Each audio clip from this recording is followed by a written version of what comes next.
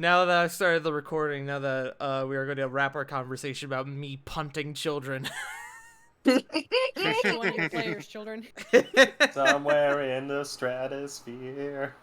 Guys, gals, non-binary pals, welcome to another episode of War of the Shattered Sun. I am your humble dumble master, the one and only pudding pastry. Pudding pastry is what I about called myself.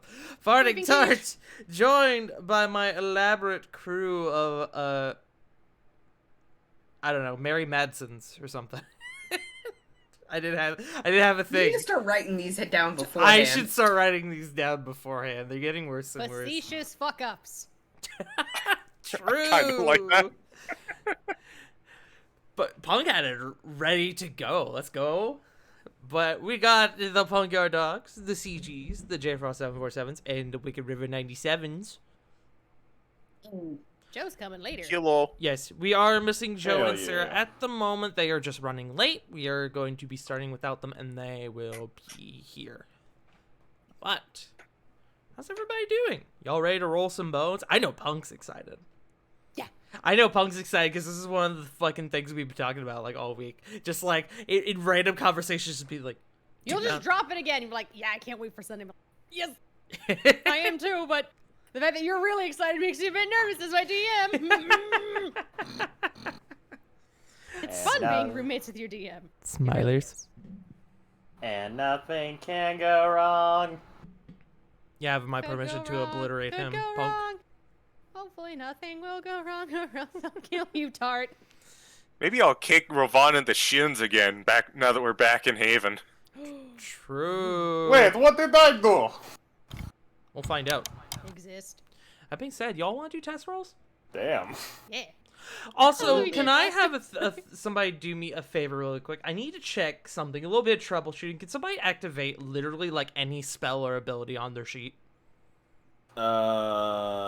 Sure? It No. doesn't matter what it Whatever. is. Just literally anything. Any feature or spell. Actually, do a feature. Do a feature. Do it. I got it. Okay, roll 20 fixed itself. Cool.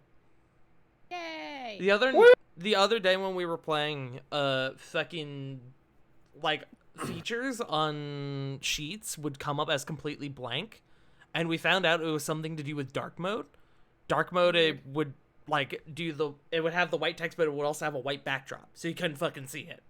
Whoa. So we don't know why Yeah. it was Hold doing on. that, and It's we never were done that. we were able to correct it by fucking just turning it back into light mode, and we were just like, that's weird considering how long we've had dark mode. But okay. Dark mode, fighter of light mode. Yes. I beat you to it, Tart! Damn. Would you beat me, T? I banned out. I timed him out first. Oh, thanks. I don't know if I that's don't- gonna stack or not. Well, if it does, it does. If it does, seeing that a means pattern. Pokemon Computer Game is PCG is gonna be timed out for like fucking like 10 hours. It'll be I mean, are fine. you really gonna go live within the next 10 hours? You don't know me. He could do it. I could do We it. I might- could be fucking insane. I could do it out of spite. You You were up for would a long just time do it out last of night. spite. Dude, I fucking went to bed at like 3 o'clock last night because of, Same. Bro, I because of worry my about you. stream, and then I I fucking thought I watched. heard you awake. I heard someone awake because I put down Cult of the Lamb. I was like, man, it's already 3 a.m. Fuck, I gotta go to bed. And I heard someone moving. I was like, who is up right It was now? me because after my stream, I saw that Bromad was finishing like a dragon. I was like, well, I have to stay up for this. Ooh. He's in the last fight. Hello. Yeah. And I then got home at like midnight and ended up staying up till like 3 the worst part was so- that my brain was going brrr after I tried to after I finally was like, yeah, time to go to bed proper, and so I didn't fall asleep until like 4 o'clock, which is probably why I'm so out of it today. It's okay, buddy. But it's okay. I fucking had a monster like right before stream, so now I'm just like brrr, I'm vibrating. Now You I'm see- tired and vibrating. That being said, let's go ahead and get started. As spring quickly approached, you all got in a... I didn't say last time. Fuck, I gotta do... Hold on. Just do over. Hold on. Cut the music! Soiled it! Soiled it. Soiled it! Take 2. Nope, that's better clap. Take 2. There we go, better. Last time, as spring quickly approached, you all got in a few more activities for your downtime. Flit and Reno spent some valuable time together. Ara confided in Corvin and informed him that she was going to be leaving to see her recently discovered mother for some time. Corey and Diana reconnected young next to Aragon with his father Cedric while he is away. And you all gathered for a 5-way date night filled with food, drink, gossip, and even a little bit of scrying as you all tried out your new scrying focus.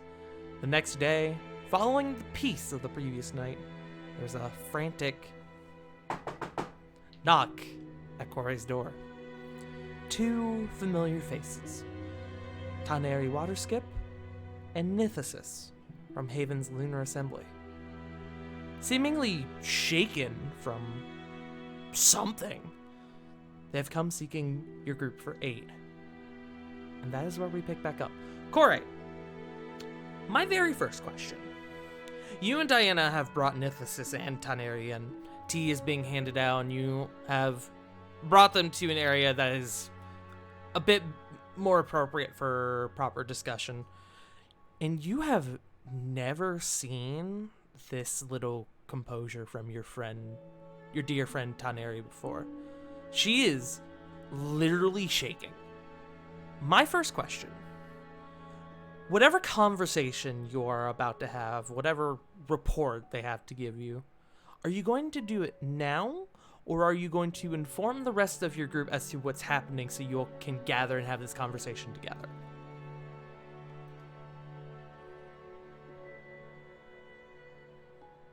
What was the first part of that question? Because Jake was talking to me. I'm sorry. You're fine. The first part of the question was, you brought them and you got a area more suitable for speaking with them in a more formal setting rather than your bedroom. You've never seen such little composure from your friend Taneri before.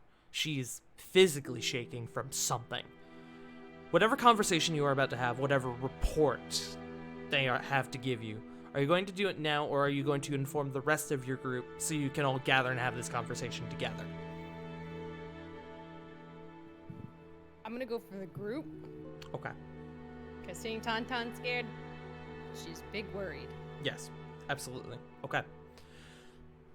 The rest of you are informed either in person or via sending message, and it doesn't Probably take... literally Corey dashing around the Probably castle. Corey dashing around alongside Diana, like, sending out messages to people where she's not sure where they are. It takes a few minutes, a little bit of time, as people are in different places, but nothing too long.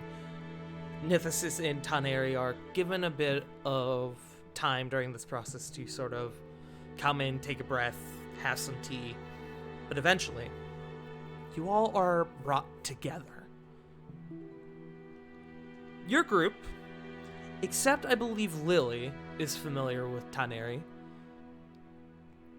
Lily, you would be informed that Taneri is another water genasi. I believe there's a handout for them in our handout section. Yep. And you would be informed that Taneri was Corey's best friend when she was living at home in Haven. Nithis, none of you besides Corey know. You all would find out that, to make this simple, for sake of brevity, you all would find out that Nithis is also a member of Haven's Lunar Assembly. And she is specifically in charge of pretty much anything magic-centric that goes throughout the city. Whether that be strange spells, rituals, magic items that come into trade here. Trade there. Above game, you guys know who she is out of game, but you don't know who she is in character. This is you sort of learning about who she is. But, that being said, your group gathers together. You all sort of begin this conversation. Nithis is somewhat calm. You could see that she's trying to keep some sort of composure regardless of whatever the fuck happened, but Taneri is like I said before, she's still very shaken by something.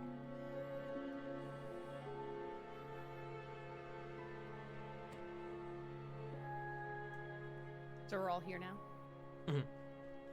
Everybody has gathered. All right, that's everyone. Taneri, what's wrong? We, about 24 hours ago, the city received a, really big scare. I'm sure you all are familiar. You remember Orcathion? Yes. Big fuck off dragon. Yeah, and you can see she's shaking, and Nithis lightly puts her hand over hers, kind of looks at her. You see she calms down a little bit. She turns and speaks to the rest of you all. Orcathion landed in Haven City Square yesterday, proclaiming that someone has stolen his tribute. This is, of course, news to us, as we as in the city of Haven have not been paying tribute to the dragon. In fact, we've been trying to actively avoid him. Orcathion gave us an ultimatum for the town to offer up the thief, whoever stole this tribute, or he would come back and destroy us. The only clue he gave us is that the thief is an elf.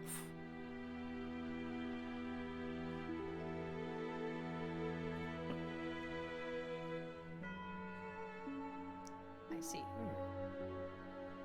An elf? That sort of narrows it down, I guess, unless they were disguised. It could be. I mean, he is a dragon, though, so I would assume. Well, could they see through disguises? I mean, they know a lot, right? Make me an Arcana check. 17. You know, either through reading up on dragons or just maybe through conversations you heard, you know that dragons are usually inherently magical, that they have the ability to not necessarily disguise themselves, but to shapeshift. So you're not sure if they can see through disguises, but you know that the concept is not foreign to them. Especially older dragons like you know what Orcathion is.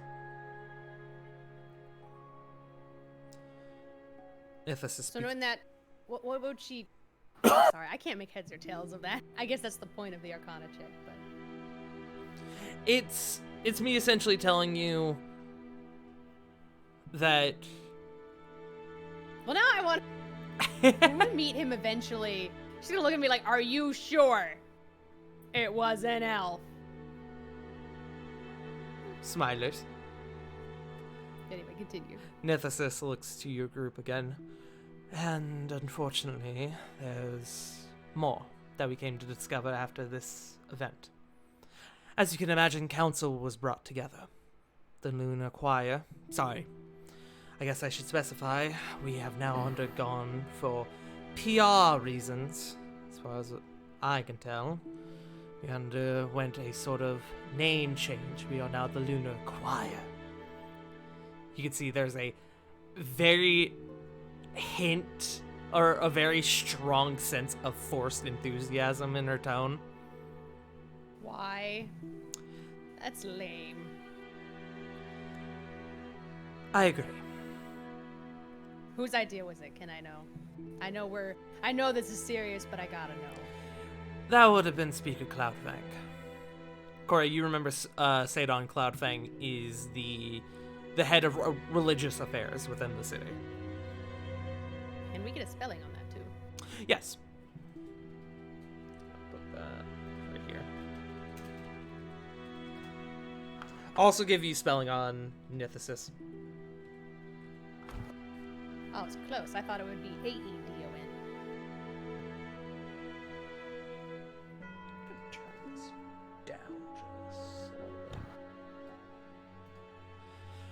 Unfortunately, and this is mainly suspicion,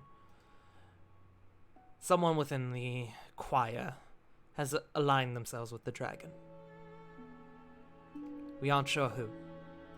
What we do know, though, is that we've come to the conclusion that whatever tribute is going to Orcathion is coming directly from the city's treasury. A treasury only accessible to those within the choir. Meaning somebody has been paying the dragon. As you can imagine, suspicion is immediately pointed against Speaker de Mowbray, as he is the one in charge of the treasury. And I'll give you spelling as that. You remember Corey. Ulrich de Mowbray is, as she said, leader of commerce, construction, and the treasury.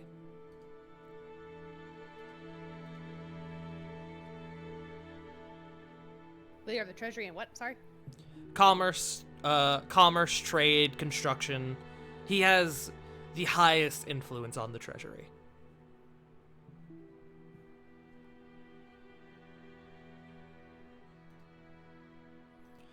As you can imagine, most people started throwing the assumptions his way, presuming that he was the one paying off the treasury, as it would make sense that such transactions would go under his nose, but I'm not so sure. We're not so sure, and she kind of gestures to Taneri. That is part of why we wanted to come see you.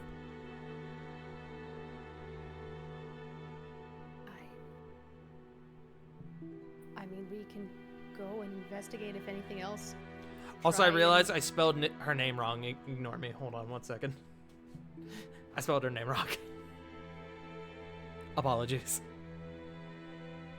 You're fine. I mean, other than, I guess we could get more eyes on this if you're wanting to bring us in as a third party. That was the plan, yes.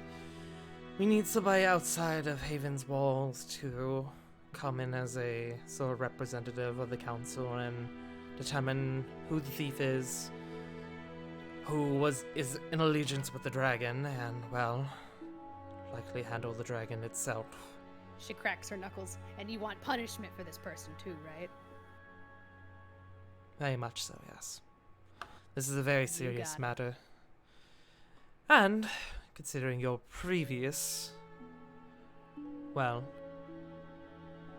what's the word I'm looking for? Efforts. History with the council. Ah, I see. Your previous efforts for the council and the city itself. The choice, in my opinion, was obvious. No.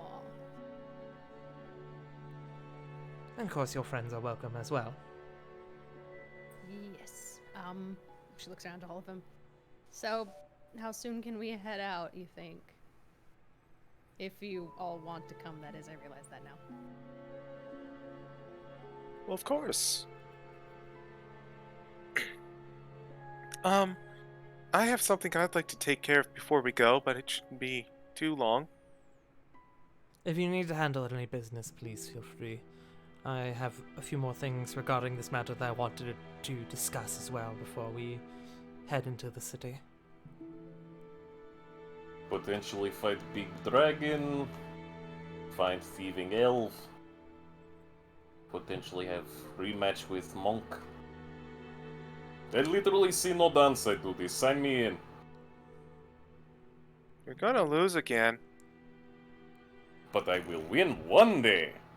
Speaking of elves, Corey, a thought occurs to you in regard of what Nithis has said to suspicion being thrown onto Mowbray. He is not an elf.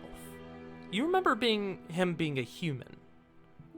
The only elf in elf, I'm gonna throw quotations on there because you know that he's only a half elf, would actually be Sadon Cloudfang. you're kind of thinking about it, and you're beginning to think that maybe this is why. That's part of the reason why she has her suspicions lie elsewhere.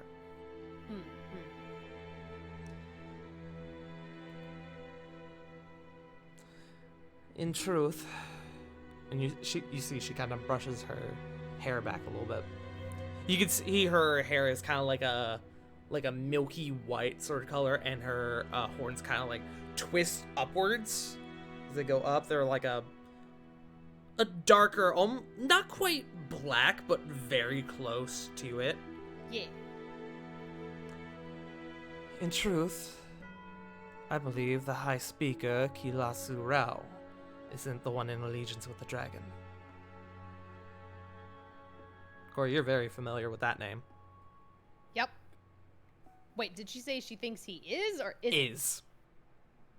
It would give me an excuse to deck that old fuck. Indeed. But What's... there are other things that come before my feelings. Of course. We are happy to help. The reason why I suspect this is because Kila makes a monthly journey into the desert.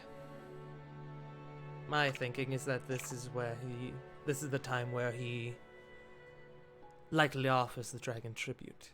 He always comes back 2 days later. 2 days exactly. As to who the thief is, I'm unsure, but the rest of the choir suspects Sadon as being the thief and Ulrich as being the one to pay off the dragon. Also, hello, Joe! Mashi. Joe, quick summary of what you've missed. Susan, Taneri thank you. I heard thief. and Nithis have come to report that Orcathion landed in Haven City Square 24 hours ago, proclaiming that someone stole his, quote, tribute, and that the town must offer him up or he would destroy it. The only clue is that is an elf, and there's suspicion that someone within the council, now known as the Lunar Choir due to a PR scheme, it seems. Some stupid rebranding. Someone within the choir is working with the dragon, as the money seems to be coming directly from the city's treasury, only accessible by the members of the choir.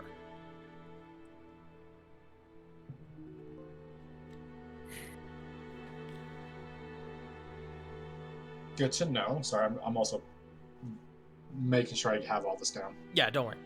If you need me to repeat anything, I can. The culprit is suspected to be an elf, and the Lunar Assembly thinks that it is one of them. Yes.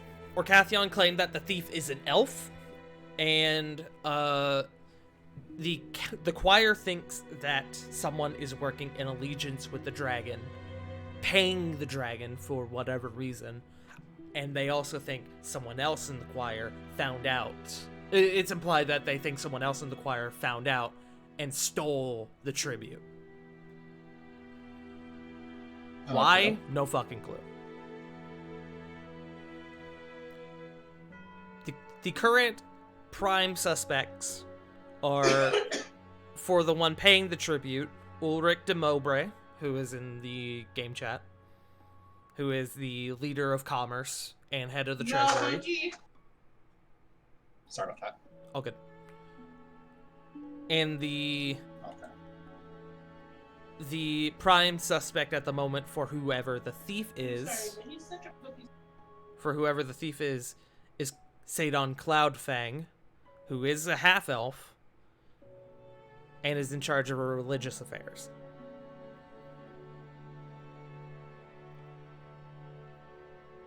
I'm sure everyone has already asked this question, but like, has like the description of the culprit been described, or like, is it just elven? All I'm not sure. Orcathion said was that it was an elf. Okay. Not a lot to go on, but when the majority of the population is Genasi, it does narrow it down a bit. Yes, it does. Anyways, back in All right, scene. thank you. Oh, last thing, which you heard a little bit.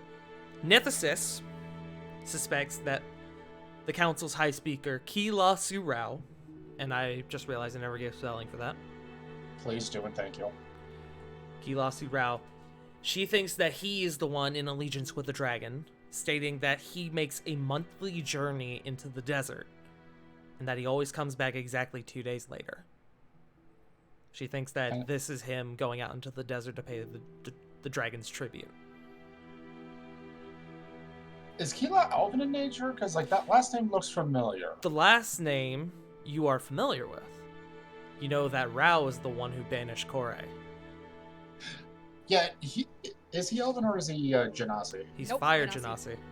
Genasi. Okay. And Corey has definitely acknowledged it would give her an excuse to hit him finally. In fact,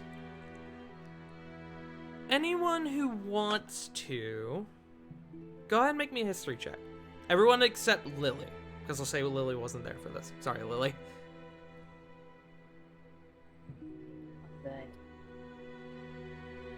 Okie dokie. History. High star. See, Shooting me or not me? 19. No, Corey, you already know this, so don't worry about it. Yeah.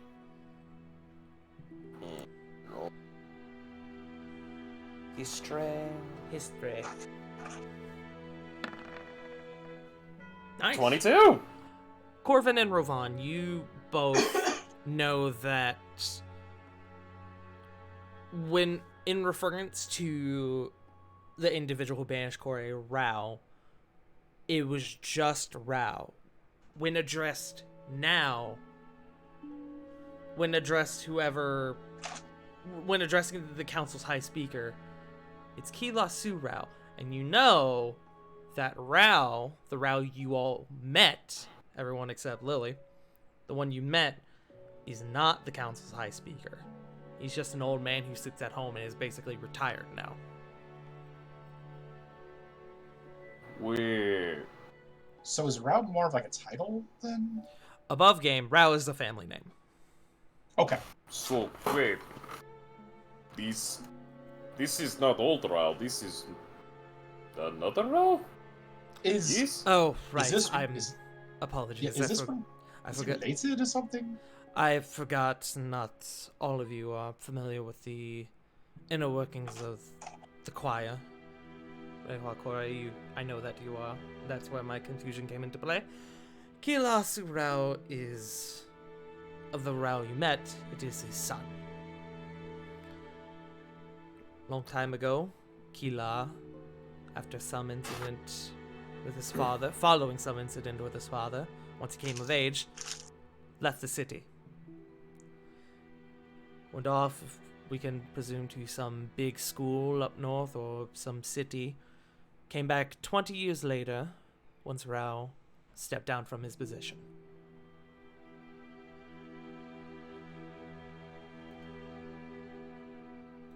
A curious question, actually. Orcathion hasn't been really much native to these parts. When did he come in?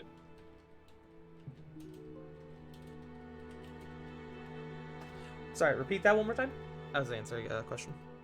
Oh, sorry about that. No, all good. So Orcathion, is he native to these lands? And if not, when did he first kind of make his appearance? Give me 1 second, I have notes on this. Also, you said there's a suspect for one who's been paying the dragon. I thought you also said earlier. Never mind.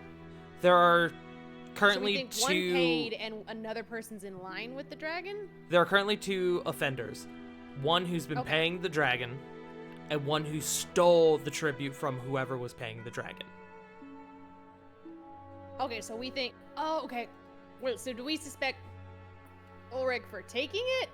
The suspicion is that Ulrich was paying the dragon, and the suspicion is that Sadon found out and stole it. That's what the majority of the choir thinks. Nethesis obviously disagrees. She thinks Keela was the one paying the dragon. She and I'll give this to you if I didn't say it before. She's unsure as to who the thief is. Okay. On the question of Orcathion showed up probably about a year ago and was somewhat docile originally. We can presume that as his behavior became more aggressive, territorial, that is when somebody, whoever it was in the choir, started paying him off to keep him away from the city. Almost Dragons like have so a much protection time. money. Dragons have so much time to acquire wealth. Do you think it would almost be a moot point? You think so, but Apparently this dragon's greedy too. Well, that's kind of the nature of dragons, is to collect treasures for the horde. Now, kind of a curious question, actually. Keela, when did Keela come back? Was it within that year's span? Keela came back probably was around the time that the choir was formed, once Rouse stepped down, so that probably would have been 10 years ago, give or take. Corey, you know that the assembly was formed sometime between when you were banished and now. But not until you left the city.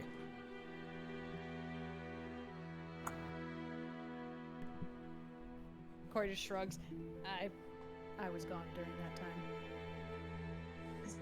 Well, my main suspicion is that Keela probably was in league with Orcathion originally, probably went with them, and came back, and then in between the 10 years that he came back to when Orcathion would show up, I don't know, maybe following a leader. I don't know. I'm not sure on the specifics myself. Unfortunately, Perhaps even met him on his journey. it's possible. Unfortunately, too. it's all suspicion at this point. That is why we are bringing your group in, so hopefully we can find some proper answers from a not necessarily unaligned, but a third party. Someone not. Do you also need help? How much of Haven was... Orcathion's a big boy.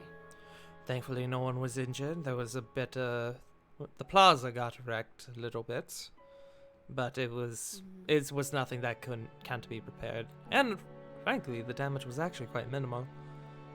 It was a big scare, though, and as you can imagine, people are afraid. I would think so. And Corey, as you say that, Taneri finally kind of like looks up. She's been worryingly quiet during this conversation, and she finally speaks up and goes, I was in the plaza when it happened.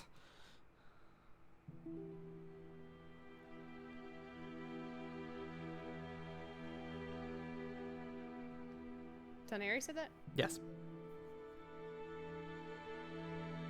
I'm really glad you weren't hurt during that. Yeah. I mean, I fell and I scraped my knee, but I mean, it could have been worse, right? Yeah. There's no way to sugarcoat that one. Yeah. Yeah. I feel bad for the cabbage vendor, though. CG beat me to it. Shit! It was bound to happen. My cabbages! My This cabbages! place is worse than Omashu! Sniped, motherfucker! There is no dragon in the Ashen Vale. Thank God Haven's not bossing Say. You've won a free trip to the Lake Desert. You want a free trip to the Oasis? But with that, there's not too much more I can give you without actually bringing you to the city. But I'm sure you may have questions. If you wish to ask any, you're free to. Or if you need to handle any business, you can do so. I know that we currently have someone out scouting the dragon's lair.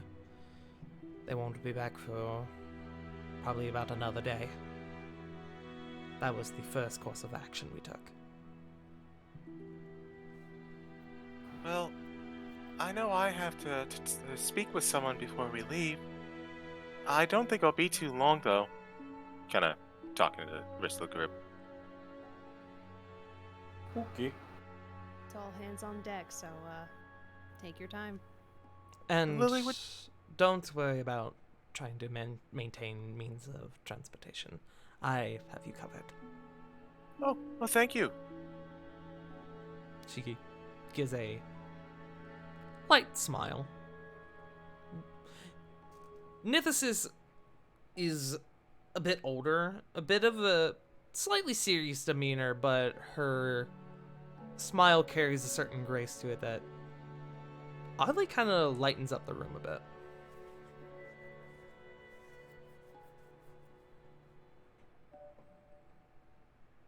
So, Foot is going to head on out, and she's going to kind of like look at the rest of the party. It's all. This might be something that all of us might want to do.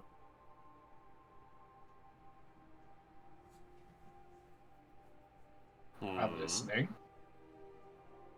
And Foot is going to start walking out the door, kind of getting away from our visitors. Mm-hmm. After a few minutes, after getting like kind of out of earshot, so I was thinking about it, and there were a couple things that kind of came to mind. For one, this was probably unrelated, but I feel like we kind of owe it to, and she's gonna, yeah, actually, she's not gonna do that. I feel like we kind of owe it to tell this to Nicholas, all things considered.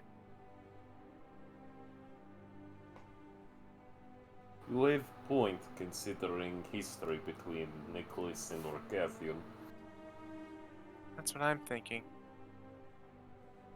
And the other thing is, she kind of like bites the bottom of her lip. Cora, do you remember long ago when we were in Haven? I think you were the one with me. We went to a tavern, and there was a drow person there.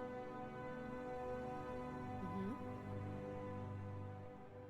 And they seem to have some kind of a grudge with Orcathian, or interested in Orcathian. It's been a while, so I kind of forget exactly, but We'll have to give them a hello once we get in. well, maybe if they're around. After all, if Orcathian just said elf, and they were a drow who really does not like Orcathian,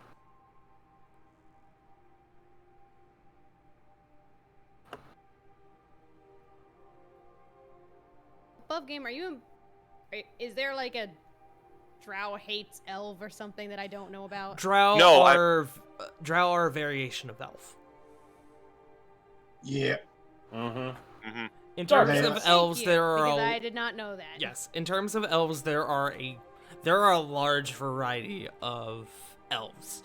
There Too many. are standard, your standard just elfity elf. There's half elves.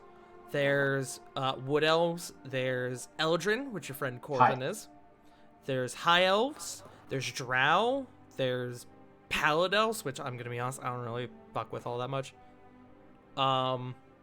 It's just a very tan elf, that's all. There are Shadar Kai, which are like elves Edgelords. that dwell in the Shadowfell. There's sea elves. There's like in terms of races, elves have the highest amount of variations than any other race.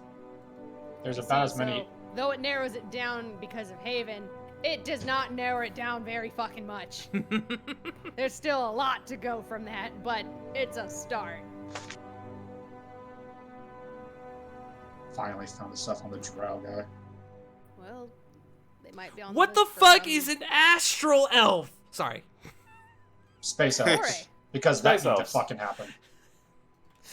Sorry, I pulled up this link to look at all the different variations of elf, and the last one is Astral Elf, and it's an Unearthed Arcana thing, and my brain went, what the fuck does that mean? It's not anymore. It's official. Yep, well, thanks to Fuck. Spelljammer. Space elf. Trust me. Hey, wizards! Guy playing an elf right here. Hey, we don't need any more fucking elves around here. It doesn't Get sound dog that... people. Yes, I'm Get the only rid one dog that was people. excited for it. What about Some- a dog person? Dog Give us a people. dog person. Give not us a playable fucking notes! shifter. Sorry. Somewhere on the Oh, universe, speaking a of dwarf is elves, screaming. there are also dark elves. Yes. Wait, dark elves are different from drow. They're different No, from... they're- Okay, wait. So those. There are dark elves, Shadar Kai, and Drow, which are all pretty much the same fucking thing, but they're not. Shadow Kai are like the edge swords, which is kind of saying something for the dark elves and the drow. See, I always thought it was different. I always thought the drow were the dark, edgy kids. Like, they're the dark, edgy, oh, you don't understand us, goths. And Shadowkai are the, I don't care about anything, goths. The Yes, biggest... the Rave Goth. The biggest difference between Dark Elves, Shadar Kai, and the Drow.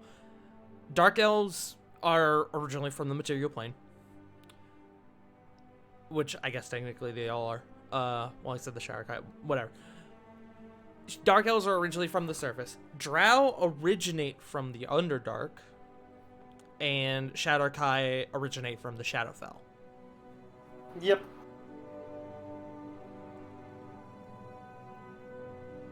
So hopefully we can speak. Hopefully we can speak to the. I believe the name was Theridin. He had 2 direwolves with him.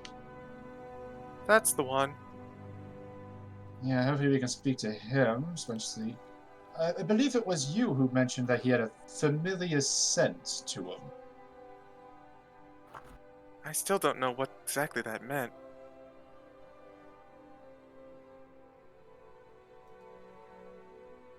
What his smell meant? Yeah, he smelled kind of familiar. I couldn't put my finger on it, though. If I didn't give you a proper smell for Theridin when you originally met him, the first thing that would come to your mind is lavender.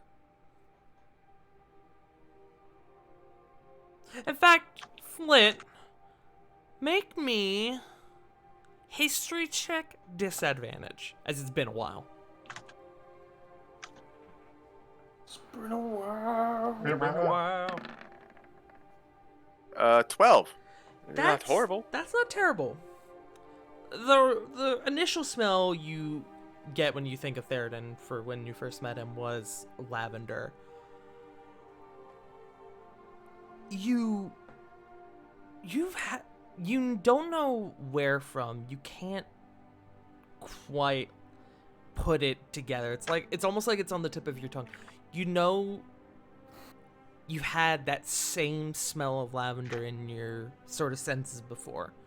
And not just like a long time ago. You kind of think about it. You could have sworn it was sometime recent, like in the last couple months.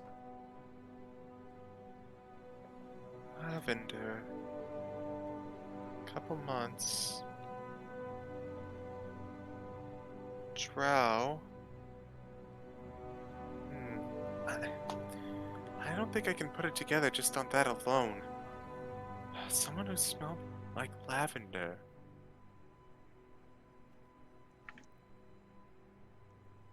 Well, if I can think about it.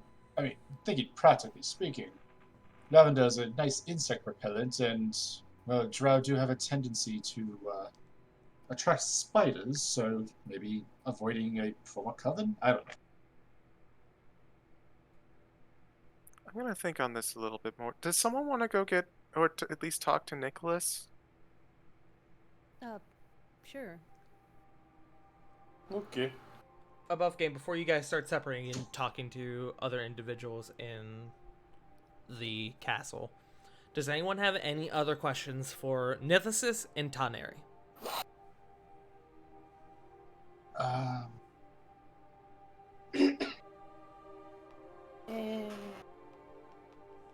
I'm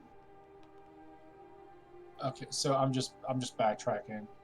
So the list that you gave, Sadon, Ulrich, and is Nithis on the list of elven people who are believed to be Nithis in is line? a tiefling. Okay. So I'm just gonna ignore that one. So Sadon, Cloudfang, and Ulrich de Mowbray are suspects. Yes. I'll give you this information for free.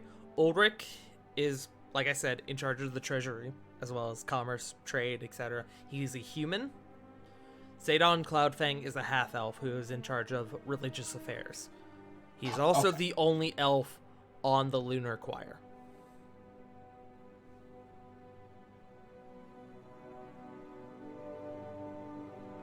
Okay. Apologies.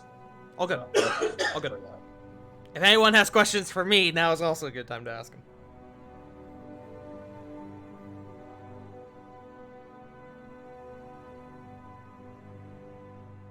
Going once. Going twice. Okay, you're all going to. Go! You guys are going to see Nicholas. Nicholas is in his workshop, like he normally is. He seems to be hard at work on some strange orb-like device. Oddly enough, Genia is there with him.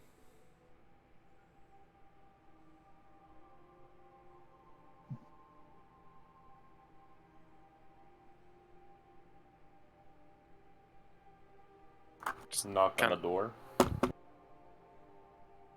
Genia Smack. is the one to turn first, and she sort of sees you guys and goes, "Oh, hey guys." Nicholas turns and sort of follows her gaze and looks at you. "Ah, hello. I would like you all to meet my new assistant, Genia. I'm sure you all are familiar. Assistant. She Well, is then, like- for the day in charge of holding things to make sure I don't drop them, because I'm bad at that." Ah, Did things not work out back at the tailor shop? Oh no, things are fine. I'm just helping him with a little project here. And in return... Yes, in return, I am going to make a better effort to not miss our lunch plans. I feel like you need a miracle for that. I'm trying my best. But anyways, what can I help you with? And kind of like, he starts like taking off his like little work gloves. Kind of like actually just- moves his goggles up, and you can see that there is like a thin like layer of soot that was around his eyes. It's got the goggle circle. Yeah. Well, we're actually here just to tell you we're heading out. My home haven's having trouble with the dragon right now. Although more specifically, the dragon is more of the result. What we're going to investigate was not the dragon, but someone we think paying off the dragon. Ooh, you guys are gonna get your first dragon fight? Oh. God. Any tips? He's what, bronze? Rust. He was He's rust nuts. colored. Not even Ooh. bronze. He's Like not even- bronze and copper dragons have like a sort of metallic sheen to him. His was almost like a gross like matte, yeah. Hey, what's about Matt? I don't Uh. I can tell you a number of things about me that are gross about me. Hey, Wait, hold on. Your name's Matt? Yeah, bro. That's Matt. You didn't hear him say that in Ohio? Yeah, that was the joke. I'm not He said gonna lie, Rabbit I are always both thought you Matt. were Joshua. Yeah, that was the big thing between me and Rabbit because we're both named Matt, so we were making jokes Yeah. about it. Bro, Why is all this everyone- fucking time I thought your name was Joshua. Oh god. I don't even think we know a Josh. Josh! I have some friends that I know, but like Josh! not through here, you know? Is Josh gonna die? Yeah, I'm gonna Nice. make a character named Joshua now. Only to Oh god damn it. That looks just like Tart. That looks just like me, yeah. Anyway. Sorry, buddy. It's all good. Any tips? He was rust colored. Rust colored. Well, I've never Usually- fought a rust colored dragon. That's not entirely true. I know who you all are talking about. We're talking about Yeah, Yep. Orcath. Yeah. Yep.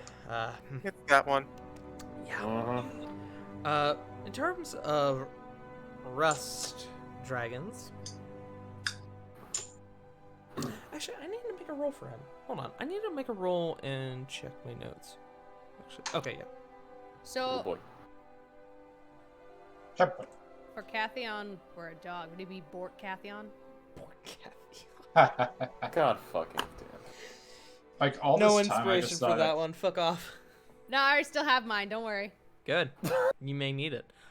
Yeah. if You're fighting a dragon. Orcathion, if Orcathion was a nerd, would he be Dork Cathion?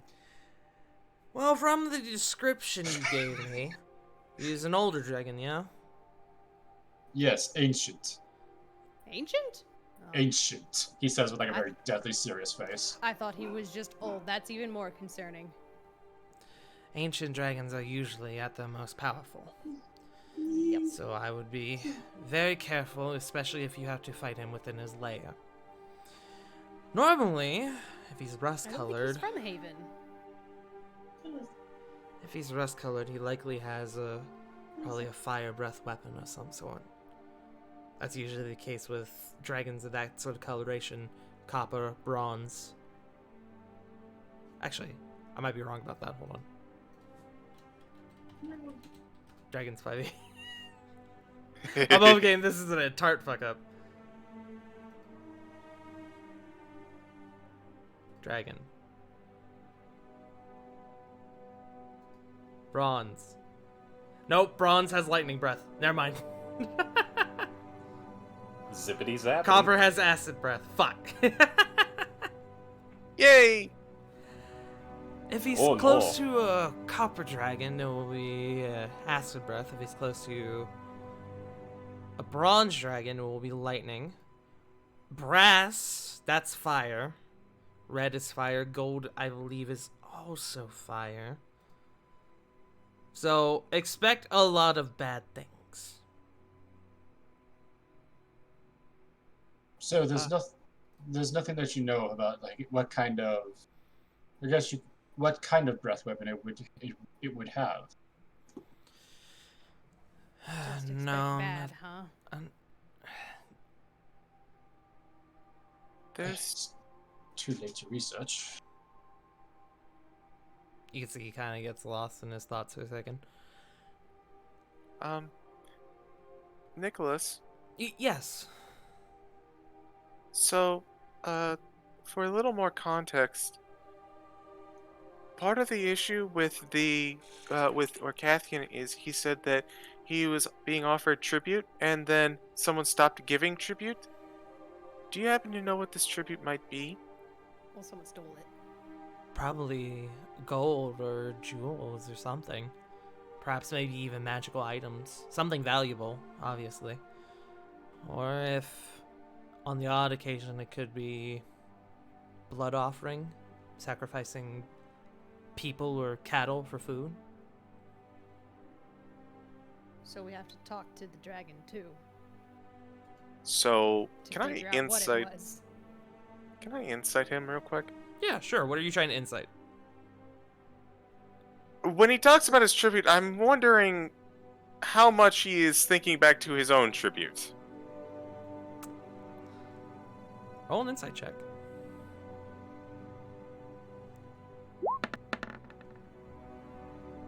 Natural 1. I'm gonna burn an inspiration on that. Okay.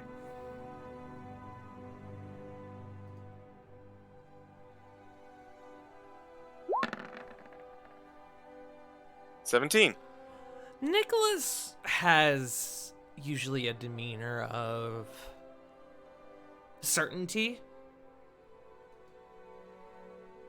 when he's referring to information that he's aware of, especially in terms of like science and things that revolving around magic.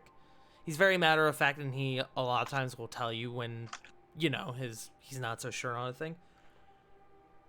This though, it's almost like he's purposefully forgotten something. Like he's wiped some like there's extra information he's not giving that he may have that he's either trying to forget or he has forgotten.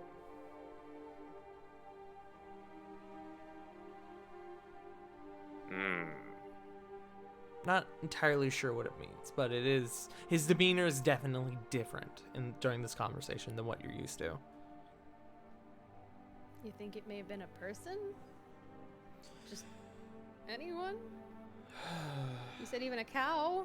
I remember reading a story one time about a town offering a woman's first child as tribute to a dragon.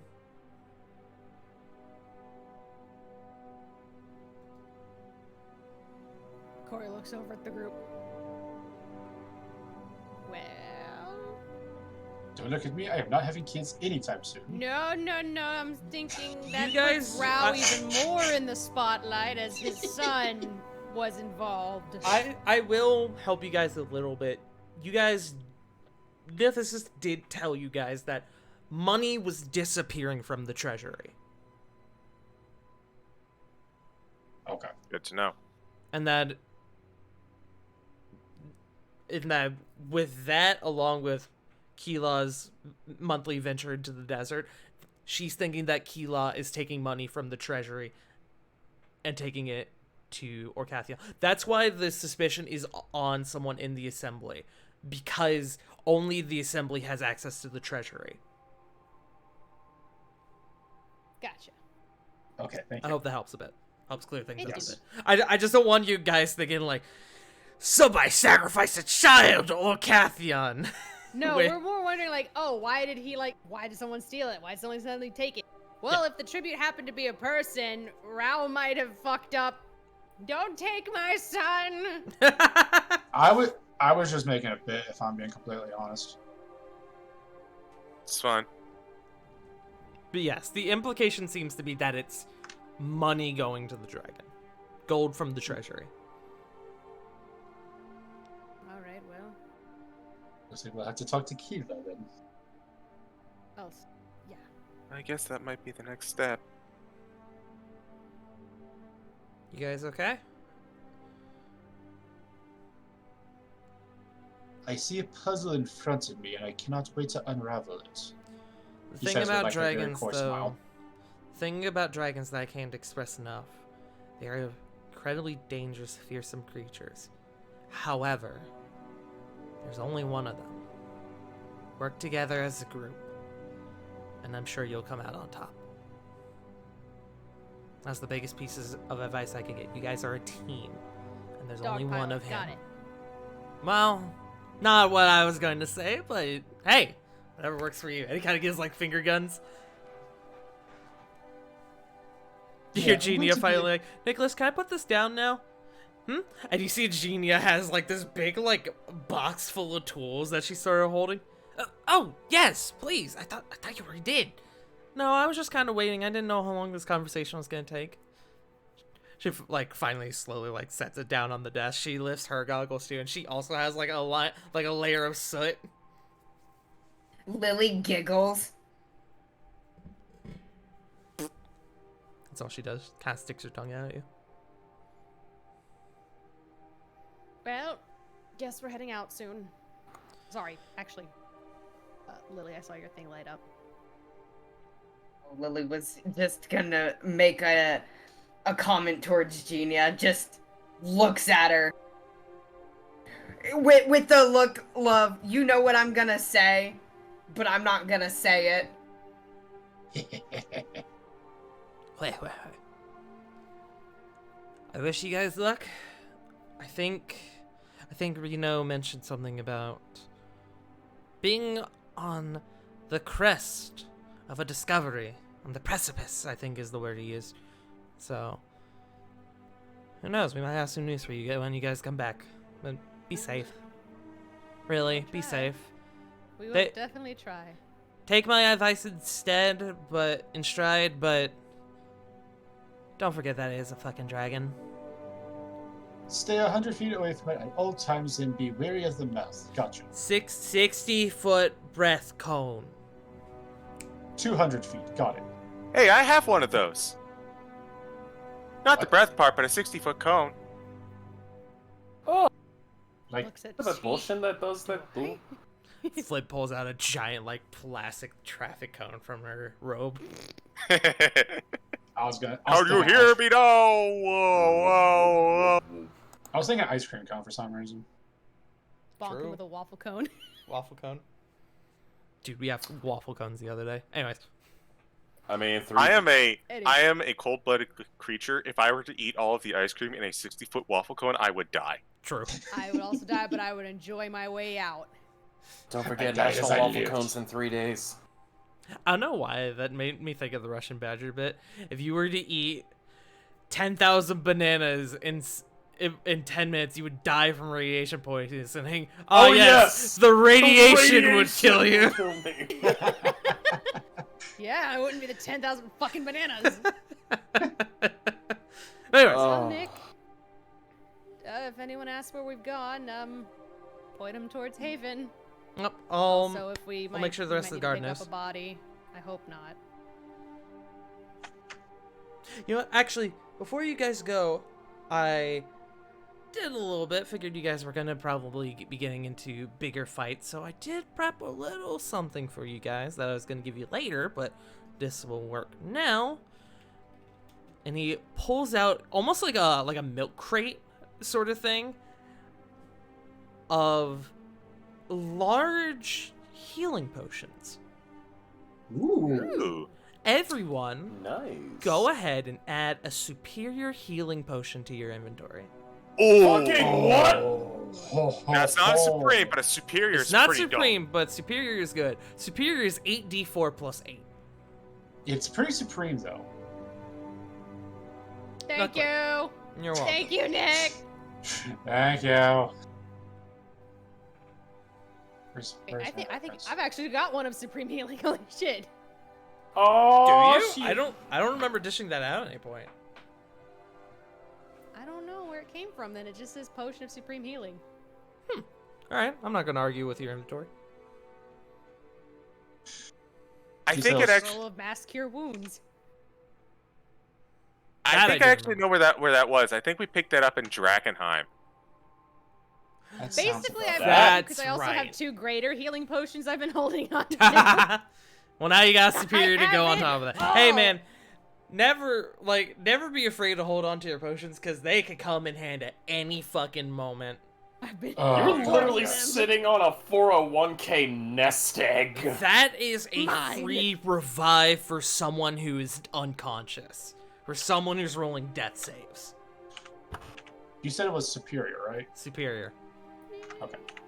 Just double How much checking. is the Supreme, by the way? Because I don't have that on my thing. Superior Superior is is 8d4 plus 8. No, that's superior. Supreme is 10d4 plus 20. Yep. That's a phoenix down. Mm-hmm. No, that's full life too. So, are we good to just kind of leave? If you guys wish. If you don't have anything else you want to do. Lily, of course, is gonna like give Jeannie a kiss before. Do you actually go to and she goes, I wouldn't I have soot all over my face? You really think I care? Yes. No, I don't. Come here. Well, I care No. because I don't want to get soot all over your pretty face. As gay as that is, I refuse. Come here. As Lily is insinuating, Cora's just gonna be in the back, kind of just yelling, "Listen, they finally got the confidence to be the top for a change. Go with it." Lily glares daggers. Wait, what do you mean by top? Don't worry about it. You'll find out when you're older. Can I roll intimidation on that, perchance? Oh disadvantage. my fucking god. What do you mean with disadvantage? I'm proficient. You're proficient, but that doesn't mean you have advantage. I know, but why would I be at disadvantage? Because she knows what you're about. I thought the roll was for me. Yes, Oh, are you the rolling it on Corbin? I thought intimidation- you were rolling it on Yeah. Genia. No, the intimidation it's on me. is towards Yeah, roll Corbin. it, roll it Yeah. flat. Roll it flat. Okay. Please. 13. You feel What are- you feel it's not high enough that I'm gonna make you roll. You feel a slight chill go down your spine, Corbin, and you just kind of like, kind of shake it off. Gonna roll deception real quick to mask it. Also, I think Sarah's gonna be joining us here in a bit. if somebody could potentially, when they get here, just give them a quick summary of events thus far, that would be wonderful. it. I will. If someone wants to write up a quick summary for Sarah for when they Yeah. get here, I will give you inspiration. I got it. I can just send her my notes, but Like I'm Either send her notes or quick summary Joe's or got whatever. Just as I smack my microphone. Bam! yeah, Bam! I was already in the middle of typing. good Yeah. shit. Okay. That's fine. Totally fine. Also, Joe, just a heads up. I think you were sending your roles to me directly instead of public. Oh fuck, you're right. Yeah, I forgot to switch that back That's- over. By the way, that's okay. 26 Yes. to mask the coach shield. Okay. Ima. Yeah, no worries. Just figured I'd let you know. Apologies for that. No, all good. All good. Lily's gonna look at Genia before going. You're really not gonna let me kiss you before I leave? Don't do that. Really? Don't do the puppy eyes. The puppy eyes. Don't do the puppy eyes. She kind of She squints definitely at you. does the puppy eyes. No. Do a persuasion check with advantage. Tart, quick question. Yeah. Yes. Was Diana with us? I figured she was, yes. Okay, me too. That's why I wanted to ask though. 15? Really glad you got that advantage. I am too. Looking at you, 4. She looks at you and she goes, she bends down, she kisses you on the forehead, and then she takes her soot-covered hands and she runs them and like ruffles your hair. That's what you deserve. I'll take that. There's- And there's soot Lily all in definitely your hair has. now. Yeah, Lily definitely has a big dumb smile though. Like the big derpy gay smile. Yeah. Basically any smile from Steven Universe. Yes, absolutely. As we're kind of leaving Nicholas's room, Mhm. Flit would like to be the last one out, and she kind of hangs back in the doorway, and without looking around and looking back to Nicholas, she just says, "Thanks for letting us know everything." Yeah, of course. Dragons are pretty scary regardless of how strong you are, so be careful. She gives a nod and walks out the door. Okay. Make me one last insight check, Flit.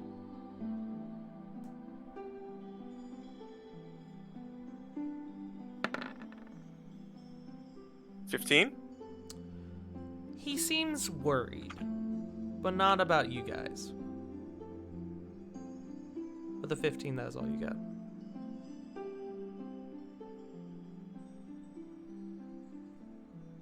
She kind of leaves.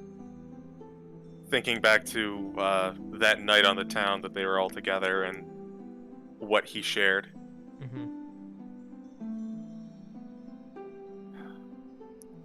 Probably she just kind of thinks to herself, there might be something to talk about later, but we have something more important right now. And then we might get some information. So she's gonna rejoin the group. Okay. Any last minute things before you guys regroup with Nithis and Taneri to leave?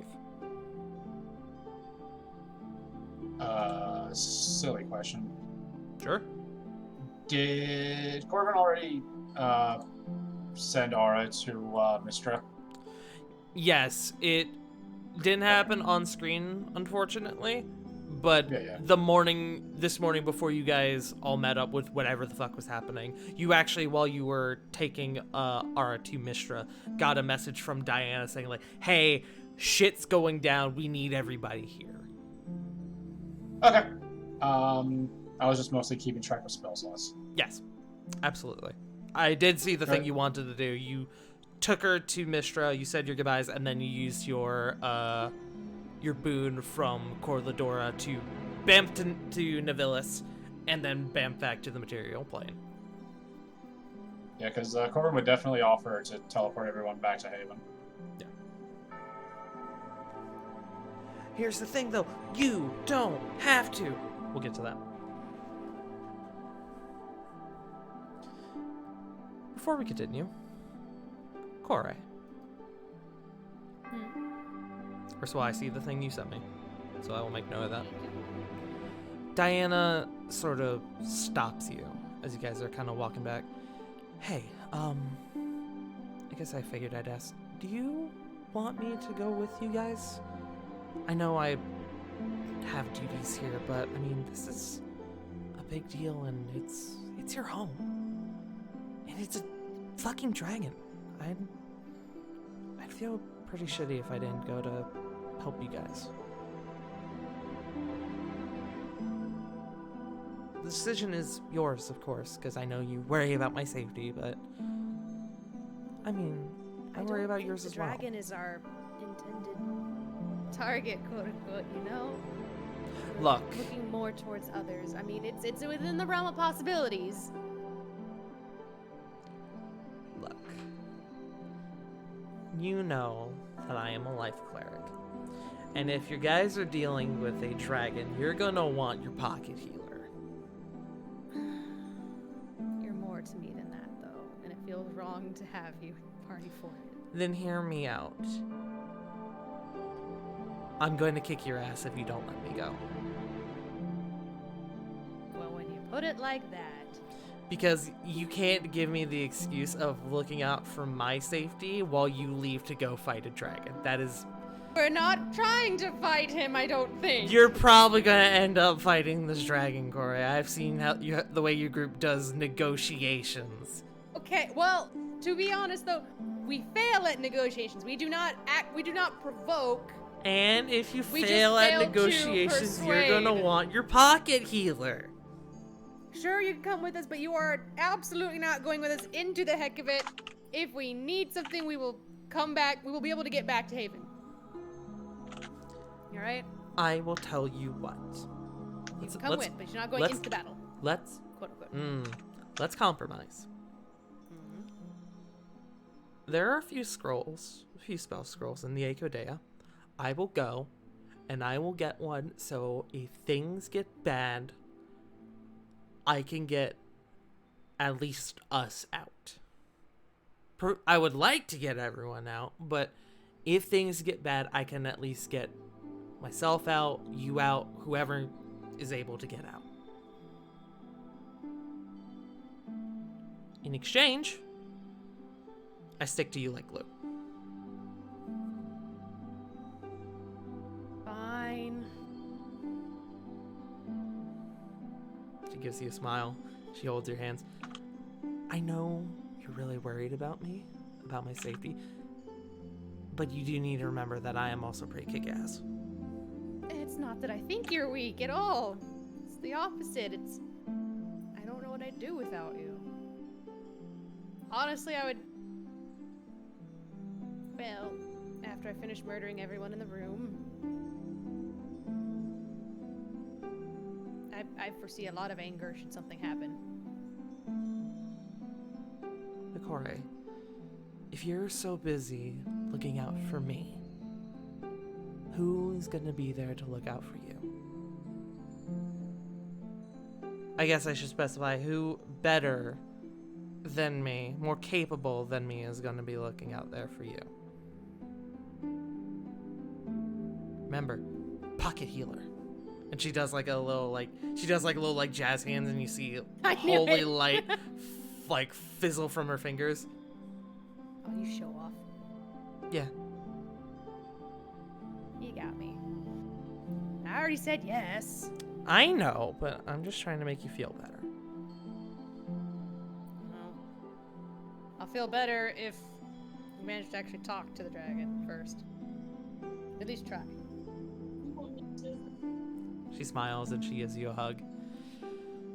Let me go get my spell scroll and I guess pack my bag real quick. Wow, it's been a while since I've actually been on an adventure with you guys. Okay, this is actually a little exciting. She kind of wanders off, goes to gather When her it's all things. done, we can visit with my parents in Maui. That's true. We can get lessons. Oh. Oh no, I didn't expect this trip to get cute. Well, that's only if we make it. Business first. Of course. Business, then pleasure. Hopefully I have all my limbs when we go visit them. You will.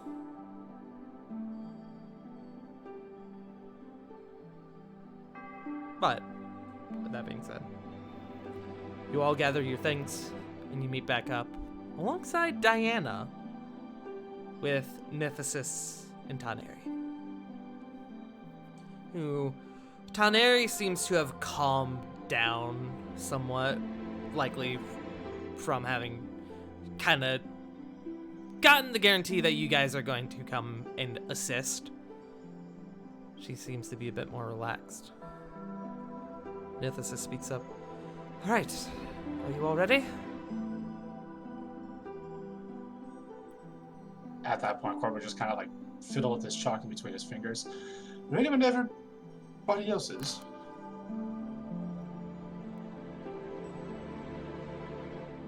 Oh, I wish I was coming home under better circumstances, but I'm ready. I know, dear. I'm very sorry. Well, provided things go well, just think. You'll be home in time for the Thunder Lotus Sun Festival.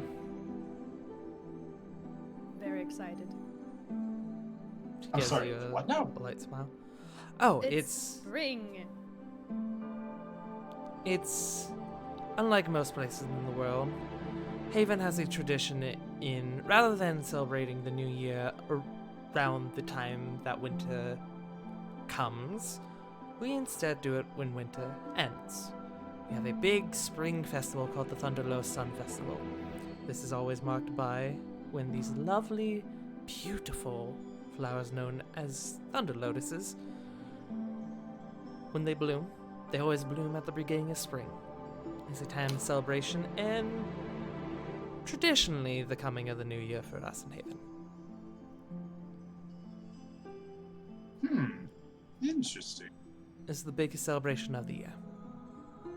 Above game, it's kind of like Chinese New Year, except Ooh. Ah. it's kind of in like spring. beginning of except it's held at the beginning of the spring rather than in like the middle of winter.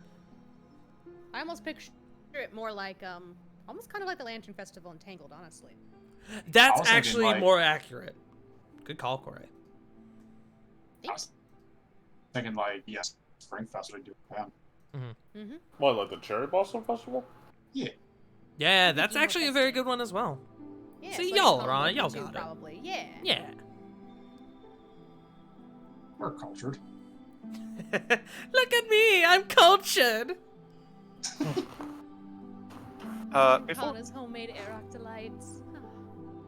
Before we leave, actually, it occurs to Foot. She's going to just quickly dip out and find the wall opposite the wall that is opposite of.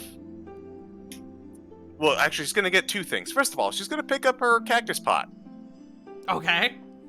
and second of all, She's gonna throw it at the dragon?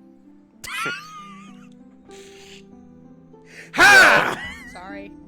What- Sorry. Didn't mean No, to it's go fine. on CG. Go on CG. no, it's Love fine. It's fine. Pot That one Shut caught up. everyone off guard. Let's be fair. I- But you. Yeet. So she's also gonna find the wall that is opposite of Reno's study, Mm-hmm. and she is going to find a note, and she's going to write it on front of the door. Okay. So I'm just going to leave a one of the old Flit chibi notes for Reno to find. Okay. I know he's busy, especially after talking to Nicholas. Yes. If you if you want to either DM to me what this note says, or if you want to let the group know, either works. I presume a few people are leaving notes. Mm-hmm. I'll type it up in chat. Okay. It's not private. All right. Well, as you all begin, or I guess finish, gathering your things, doing your final preparations, you all gather once again. And Nithis, like she said before, don't worry about transportation. She looks at you all. She goes, all right, everyone gather close. I'm sure with your group as adventurous as you are, you're familiar with teleportation. I'm a bit of an expert in it, yes. Wonderful. Then I don't have to prep you. And she casts a spell. There's a swirl of... Compared to Reno, where it's like a flash of light, this is a swirl of, like, sakura petals that comes around your group and, like, a glyph of lights on the floor underneath you. You all feel your bodies sort of get pulled away from this realm. And we go to a very familiar scene. A very familiar place which you all have been before. Let me find... Lily, you're about to enjoy your time here. Yes, Lily. this is Lily's first time in Haven.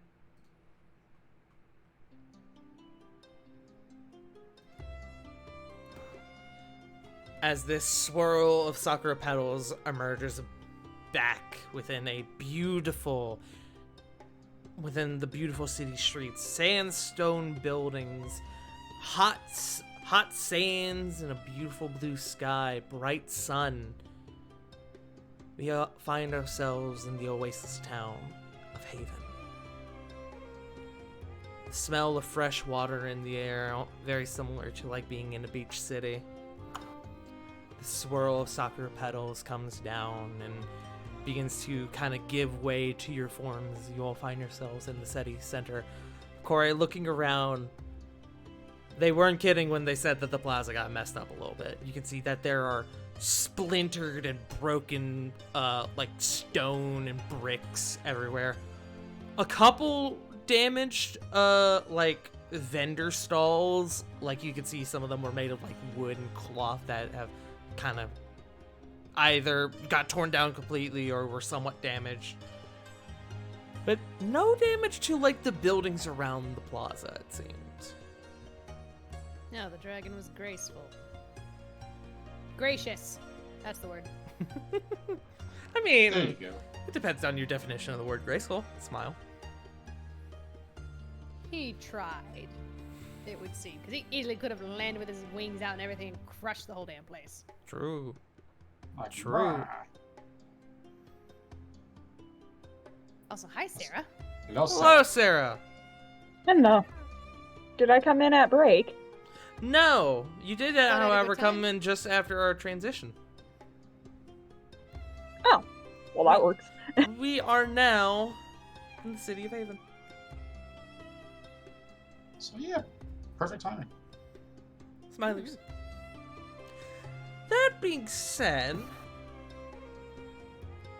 how about we actually go ahead and take a small bio break?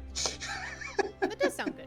We could take a small bio break and we could sort of, anyone who wants to use the bathroom and get water can, while Sarah gets sort of a recap of the events thus far.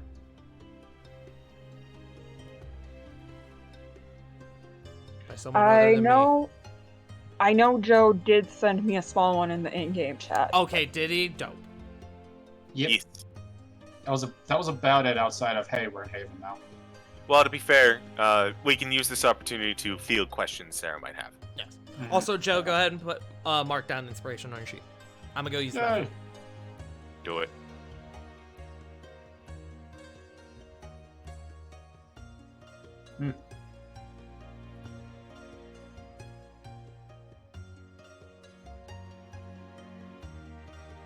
So how's everyone doing today?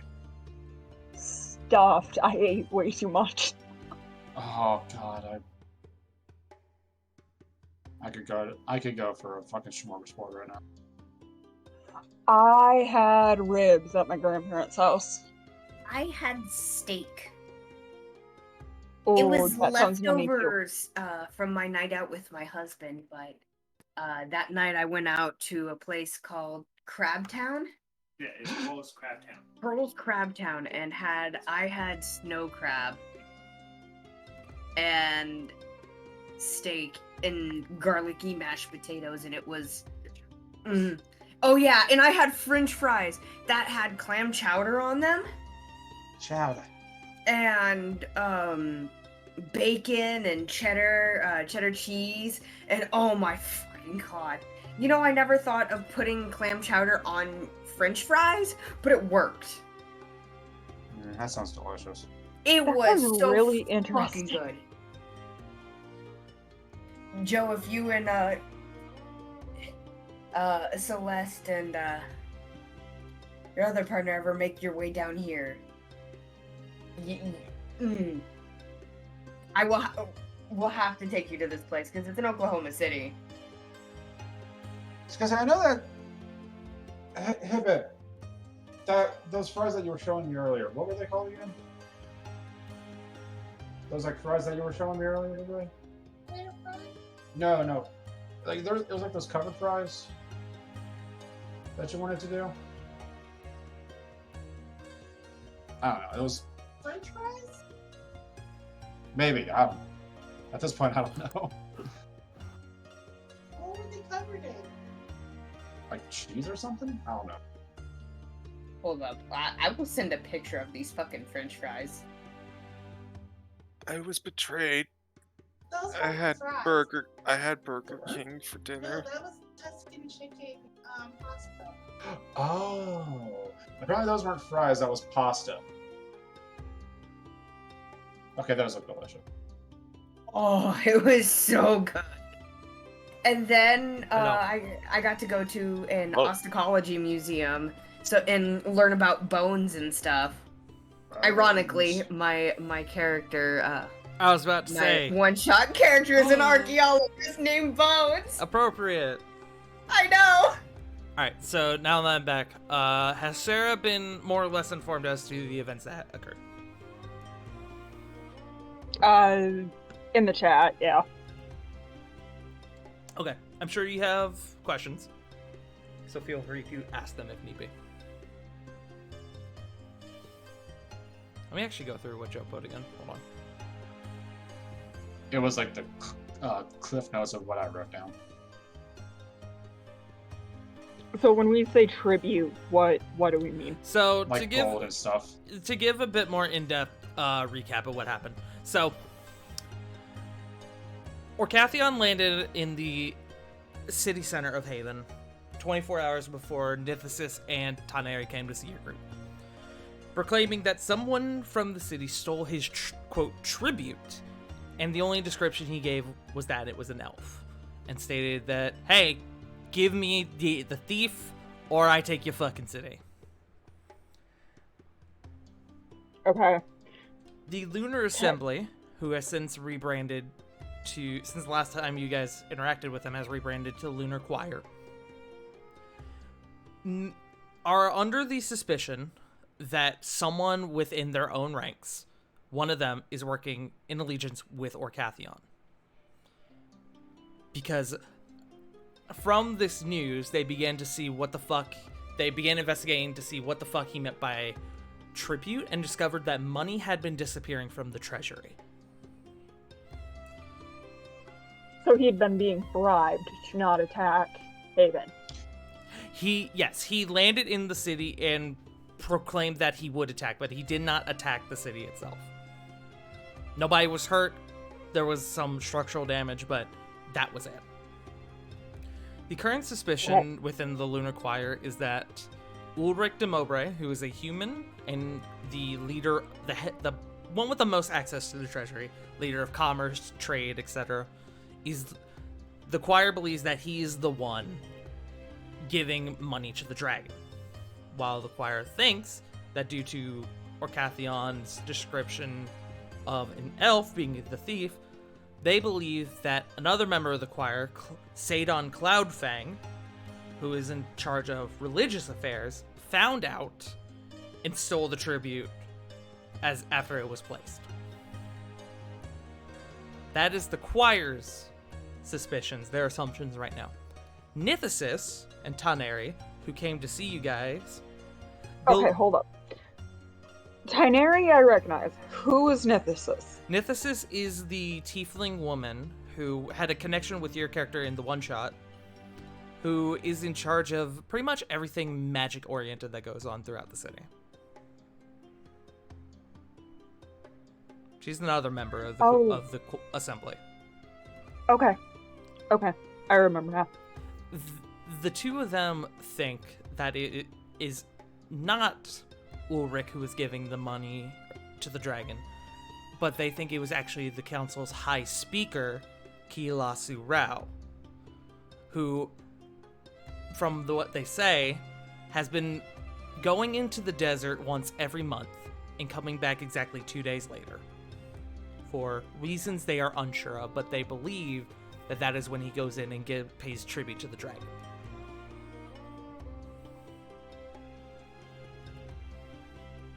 This is the information that they have given you, but they also say that it is everything is speculation thus far.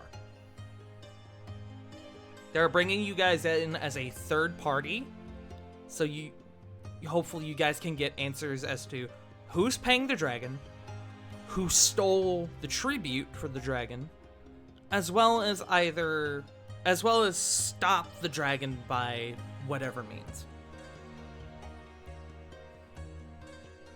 Okay. Does that help? Yes, it does. Thank you. Okay. And if you have more questions, please feel free to stop me at any point. Alright, will do. Sorry I'm so late. No, it's okay. You're good. All good. It's all good. You're here now, love. Yeah. Just remember, it is only a game. It's only a game. It's Why you only a have to be game. mad? Why you You're here have for to fun do- times. Yes, yes. Alright, let's do a quick roll call. CG.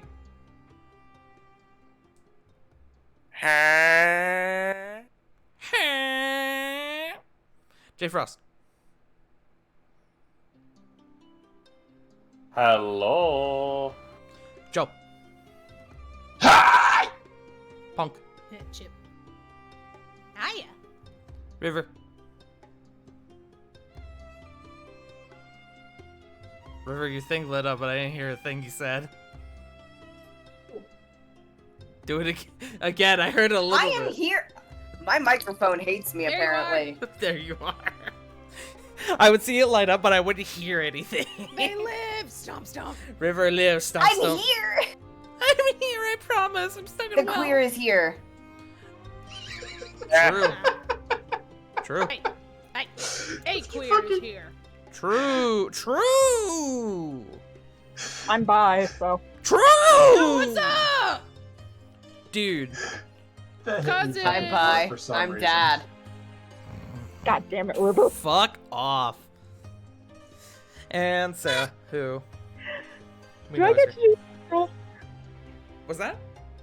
Do I get to do test roll? You can do a test roll if you wish. Did Joe do his?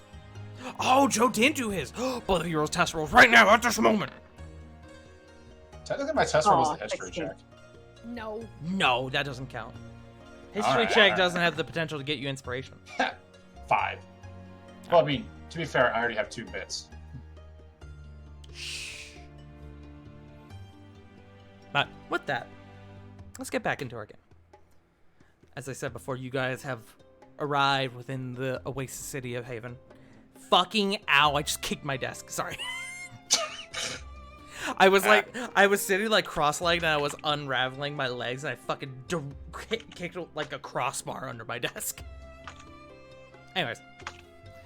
Yes, you guys have arrived within the city of Haven. And it is obvious that tensions are a bit high. People are still preparing, as you can see that there is a large number of decorations, banners, not quite balloons, but like floating decorations that have been scattered across The city streets are attached to buildings. There are streamers and banners, like I said. Beautiful flower arrangements that are out, as well as arrangements of plants that, Corey, you would recognize as thunder lotuses. I don't know what the plural is. I think it's lotuses. That haven't bloomed yet. Corey, you recognize the sort of scene that's coming on as it is people preparing for the festival.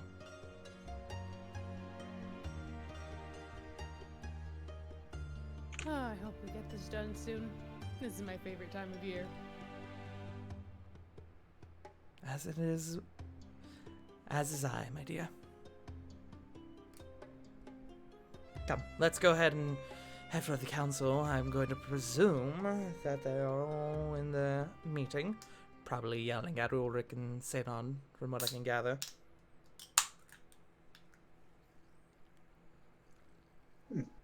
Good to know, because I would like to speak to Ulrich sometime after your all's meeting.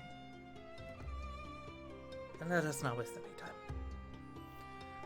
And you guys begin to quickly move throughout the city streets. You can see that there are some people who are like, whose stalls were kind of wrecked, who are still like picking up like things that had fallen and broken, trying to make repairs to their stalls. You can see people are moving like large objects that are presumably things for the festival. Large like panes of glass and large like wooden platforms. It's almost like watching like people set for Mardi Gras. Nice. As you guys continue to move throughout the city streets, you don't waste too much time. And eventually, you arrive at the largest building in the city, which you all would recognize as the council chambers, the assembly chambers, or I guess in this circumstance, the choir chambers. Two guards, who, Corey, you would recognize these as Dune Striders. The rest of you would see, rather than traditional, like, armored guards with, like, spears and, like, fucking, like, basic, like, metal helmets, you see two rather tall-looking genasi, almost seem to be rangers of some sort. One is an air genasi, the other is an earth genasi, and they have actually quite like thin like leather armor, as well as like cloaks and hoods that you can see very obviously are to protect them from the sun and desert sand. You can see that under their jaws are what you can presume to be like masks that they kind of put over their mouths so fucking sand doesn't get all in their nose and mouths as they're moving. You can see they have like sabers at their side, as well as crossbows. They look very much ready for a fight. You guys have seen Dune Striders before from your previous times in the city. And I'll say that this probably is known by everyone at this point. You guys know that Dune Striders work inside and outside of the city and are 10 times more efficient than any standard guard you have ever come across. They're ruthless isn't the word I would use. Efficient is, however.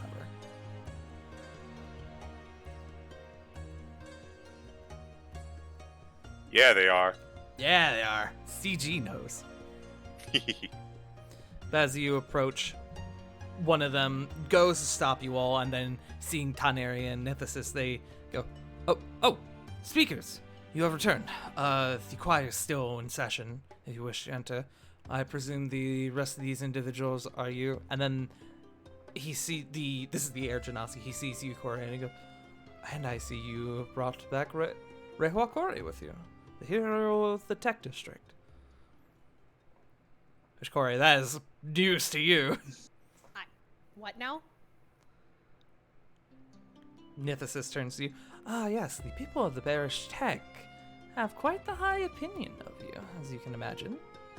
considering it was you as well as a few others that were solely responsible for, well, preventing an all-out war between our city and the Bereshtek.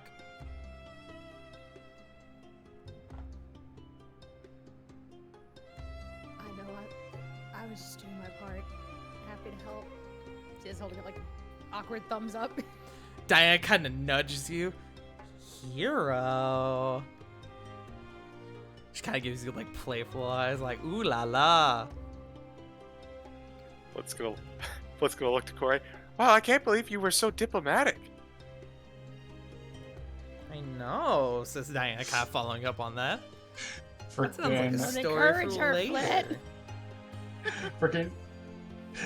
The moment that Chorus is done encourage her, Corbin's just gonna come like to her side and go, and to think, she was hiding this from you the entire time. She kind of shakes her head, like playfully disappointed, like, wow, keeping secrets. Such a bad Corey, such a bad sign. Corey, above game, you know that you've told Diana the story, and that she's just fucking with you. My ear brat today. A little bit. Anyway. Mythos turns back to the Dunestars and goes, yes, they are with me. They are under my supervision while they are under the city and are going to be acting as a third party regarding a very specific matter. The two of them kind of look at each other. Yes, ma'am. Please, go on. The speakers are waiting. The choir is waiting. And they both open up the doors for you all. As you guys begin to enter, it is a huge interior. Almost kind of like when you enter like a basketball stadium and there's that like huge ring around the outside of the main like court itself. You know what I'm talking about? Mm-hmm. It's kind of like entering something like that, or like a coliseum, I guess. Beautiful sandstone and marble, beautiful like different what's the word I'm looking for?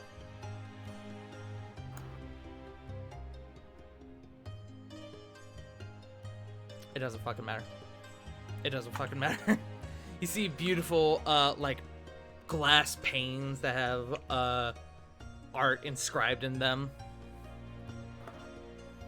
And as you guys begin to walk through this building, you begin to hear voices loud arguing.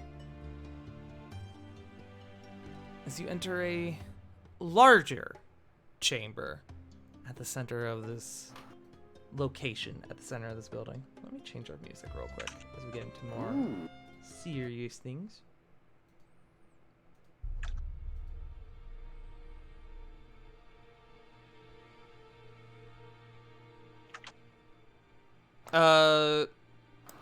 Corey, what spelling are you looking for? Apologies. The Bereshtek. Oh, the Bereshtek. Spelling. Yeah. Yes, I got you. Thank you. You remember that refers to Baresh Starburn and his tribe from the one shot that we did.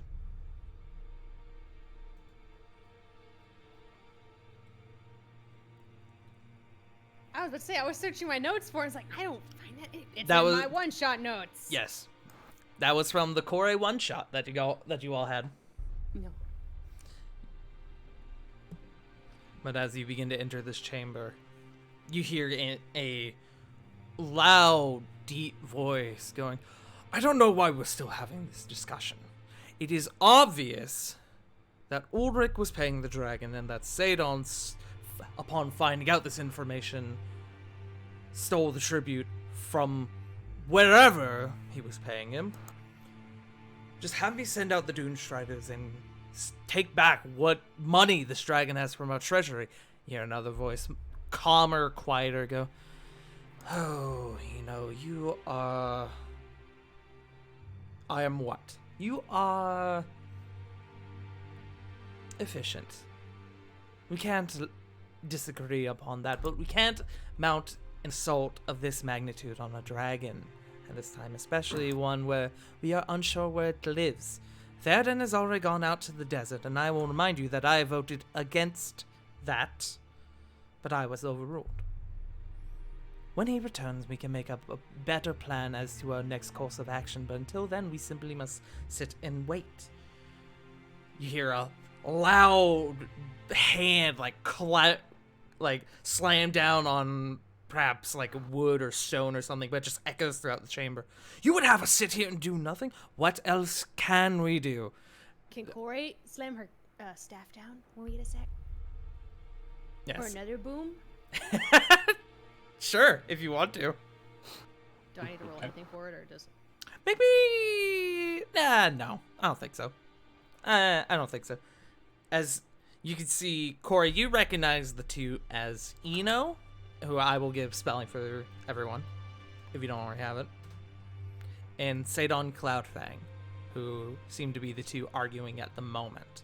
You know that, as I said before, Sadon Cloudfang is in charge of religious matters.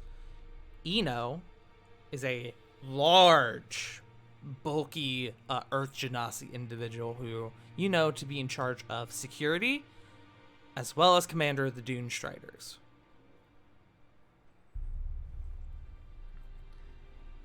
You slam your staff and it echoes throughout the chamber, and eyes turn and look towards your group as you enter the center of this chamber. No. They'll have you wait for us. But now that we're here... Ithis speaks up. I see we are making plenty of progress, choir. Speakers. You all see a rather average build, but you can see that he does at least he has some sort of exercise routine, sort of lean, fire Genasi man stand up from the center of this rather large, like, set of podiums around you guys. Almost like, if you've ever seen Star Wars, you know the Senate Council Chambers? How it's like the spot in the center and then everything, like all the other seats around. Ah, yeah. Mm-hmm. Ooh. This fire Genasi stands up from the center. Corey, you recognize as Kila.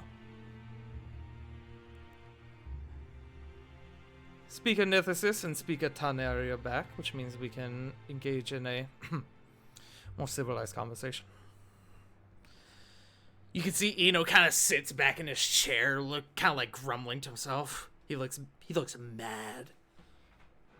But Corey, as long as you've known him, which admittedly is not super long, he's always been pretty mad. You never change. Do you say that to him? Yes, but she's meaning so in a friendly way, like, Okay. it's not like trying to diffuse Okay, not attention, demeaning. like, Got it. Good distinction. Yes. He kind of looks at you and he just kind of lets out like a breath. Just. Kila stands up, like I said. And he looks to you all and goes, "Welcome back, speakers. I see you all brought guests with you." Nithis turns to your group. "Yes, I figured that this was a good way of going about problem. A third party who can look into all the claims that are being made. One who is more or less unaffiliated with the current matters. Rehua Kore, who you all are familiar with, and True, who I just now realized I never asked for your party's name. I apologize."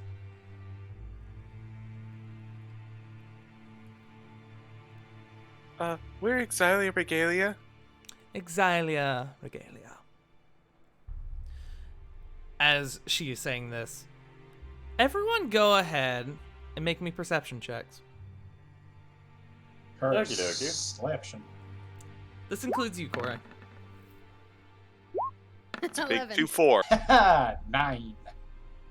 Perception, you said? Perception. Perception. Lily. So fucking appropriate for Lily, who's never been here. Oh, Rovan! Ravon's just sizing up Eno. Absolutely. Marvin. The grudge is still going. Okay. That's not him. Ooh, excuse me. Oh yeah, that's the dude from the You- Animus Sanctum. You're thinking Yeah. Torin. Yeah. Ravon, you're looking at Eno, and you're kind of thinking to yourself, I could take him. Kind of nodding quietly to yourself. Lily, you are kind of lost in the magnitude of this chamber and these very obviously like people of power kind of looking down, very literally down on you from their sort of higher up positions. The rest I'm of you... 3'2". It's not hard Correct. for people to look down at me. Correct. The rest of you see a number of individuals. You see, obviously, members of the choir. You see Nithis Taneri. You see a sort of more regal-looking Earth Genasi individual. You see the Fire Genasi in Kila. You see another Fire Genasi way off to the right. Kore, I should be going over these names for Kore because I know that she knows them. Kore, you recognize the Earth Genasi sort of off a bit more to the left as Jem Glolu, who was the one who was really in charge of the negotiation with the Barish Tech. Spelling again, because I can't find my notes. I got you. I'm going to give these names to everyone. Okay, okay. You recognize the other Fire Genasi, though, as Baresh Starburn, leader of the Barish Tech. He was not in this sort of position when you were last here, and that was only like a few weeks ago, a couple months ago. You obviously recognize Eno, another large Earth Genasi individual. You recognize Sadon, this very thin, tall, kind of like I'm better than you and I know it, sort of a half-elven looking individual. Very like religious style robes. You notice a shifter woman who seems to have like cat-like features to her. Right, cat-like. I need to actually double check. I want to make sure I didn't fuck that up. Hold on.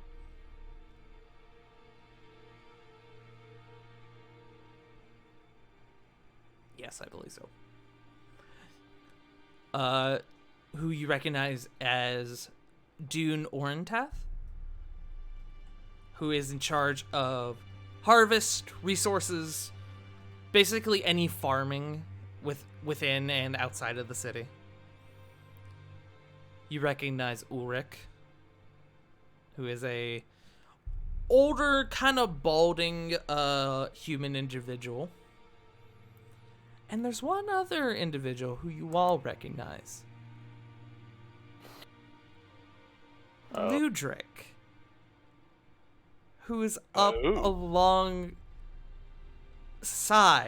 the members of the choir. Flit, only Flit gets this other part. Flit, you do also notice somewhere near the very back of the room, a large white tiger individual. Who you definitely recognize.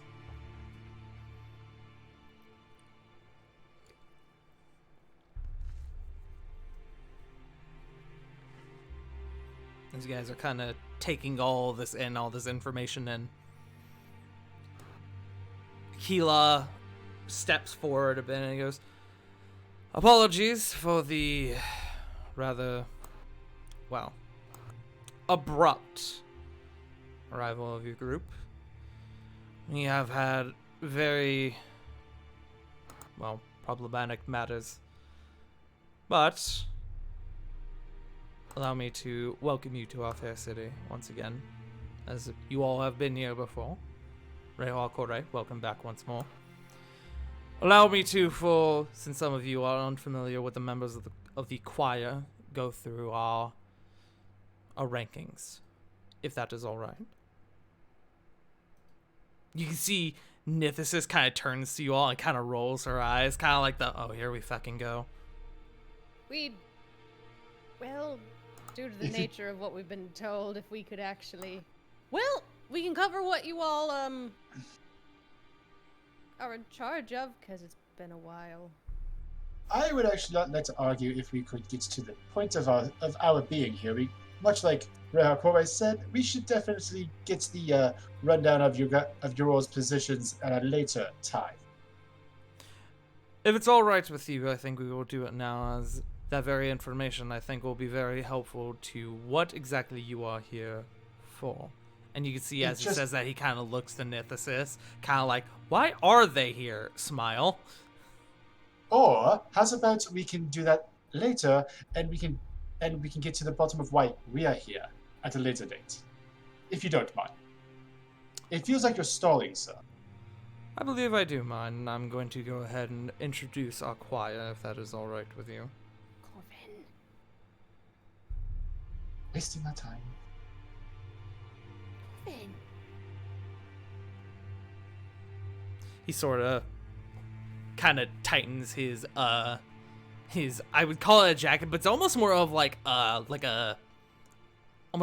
vest sort of thing.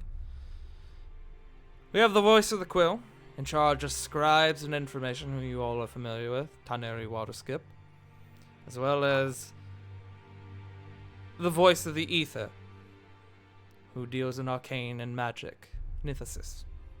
You all are obviously familiar with them. But the rest of the choir, you have the voice of the stars, religious affairs, Sadon Cloudfang. And don't worry about above game. Don't worry about writing this down, guys. I'm going to give you this information. Yay! Thank you. I'm going Thank to you. put it in the Discord. So don't worry about writing it all down right now. You got it. Head of the church, as well as all religious affairs that take place within the city. Voice of the Dream, Ulrich de Mowbray, in charge of commerce, trade, construction, and has the highest access to the treasury.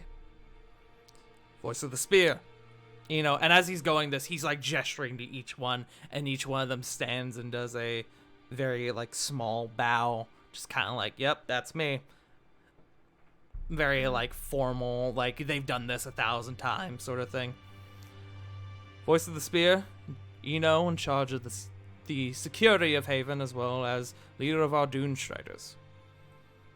We have Voice of the Rose, Jim Kulolu, who is in charge of the city relations as well as foreign relations. Voice of the Fern, in charge of harvest and resources, Dune Orntath. We have recent additions to our choir. The voice of the Sanctum, Ludric Frost, who is a representative of the Animus Sanctum. And voice of the Sun, who represents the Barish Tech and the Tech District in Barish Starburn. Me, I am the voice of the Moon, High Speaker, Gila Surel. And I will go ahead and put this in the Discord for you guys. Thank you. Corey, this is news to you, as fucking apparently Ludric and Barish are now members of the choir. That was not the case when you were last here. Also, I need to do spacing on yeah. these. Hold on. It didn't. Those are It didn't. two new positions. It didn't take when I fucking copied it.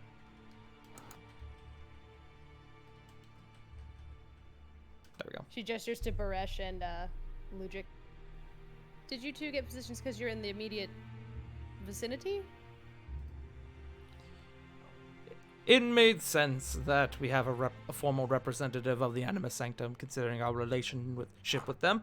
And having a brand new district in the city, it only made sense to have somebody who was formally in charge of it. Absolutely. This was voted on by the choir, and via majority vote, they are now one of us. Not gonna lie. Yeah, I heard about that, by the way, the choir thing. I miss the council name. I miss the assembly. You hear Dune go, "Finally, somebody said it!" It feels a little busy. Nethesis We're go, not- "I mean, agree, it is a Haven has little religion, busy." but we're not necessarily, you know, a church. So to have a choir feels a bit. I can see what you were going for, but it kind of misses the mark.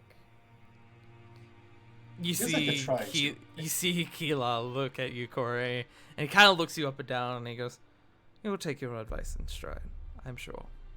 Kind of smiles a little bit. Insight. Insight, go for it.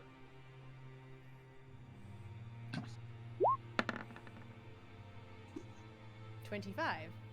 There is a hint of sincerity in his voice, but only a hint.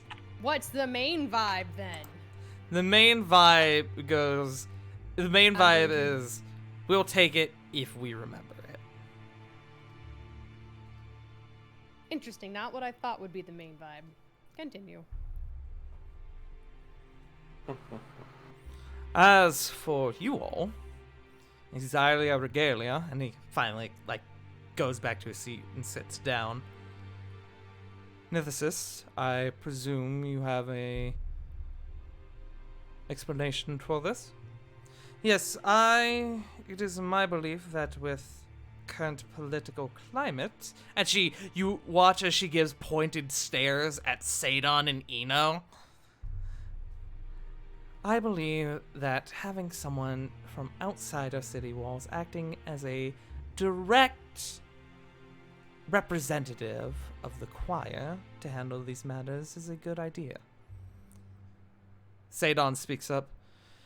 Frankly, I don't think we need any more outsiders. With all due respect, Reha Kore, we already have to hire more mercenaries with Theoden to scout out the dragon's lair. I frankly think we are pushing our boundaries with this. Keela kind of holds his hand up. Let her finish. However, that is a good point of note. Nethesis speaks. I realize that not everyone in the council is a fan of this idea, so I am willing to take on full responsibilities and consequences for this party so that they may take on the task at hand. And you see Taneri kind of lean for her and goes, "What? Nethesis? What are you doing? It's all right. It's all right, Waterskip. It is just fine." She gives like a almost evil smile. Keela kind of leans back in his chair a bit. Go, what's up? Can I insight that smile? Go for it. May I as well? Go for it. I'd like Anyone to who wants insight. to. Anyone who wants to insight. Vibe check. Because I Vibe know check. that smile. Damn it. 25. 12. 26. 22. Look at these insight checks. Oh, well, Lily. Yeah, well. Lily's still getting her Jesus. head on, trying to keep her head on her shoulders right now. It's okay. I know that smile. I know that smile a mile away. Flit. Flit's alright. She's kind of taken in board by the words. Okay. I'll say Corey, pretty much everyone except Lily. This is the expression of a woman who knows exactly what she's fucking doing. Yeah. This is something she's been planning. This is a conversation she's been preparing to have, and she's fucking ready for it. It's like when you go into a fucking, like a presentation, and you're like, I fucking got it. I know exactly what I'm doing. Which I've She's never done before, but I'm sure somebody here has.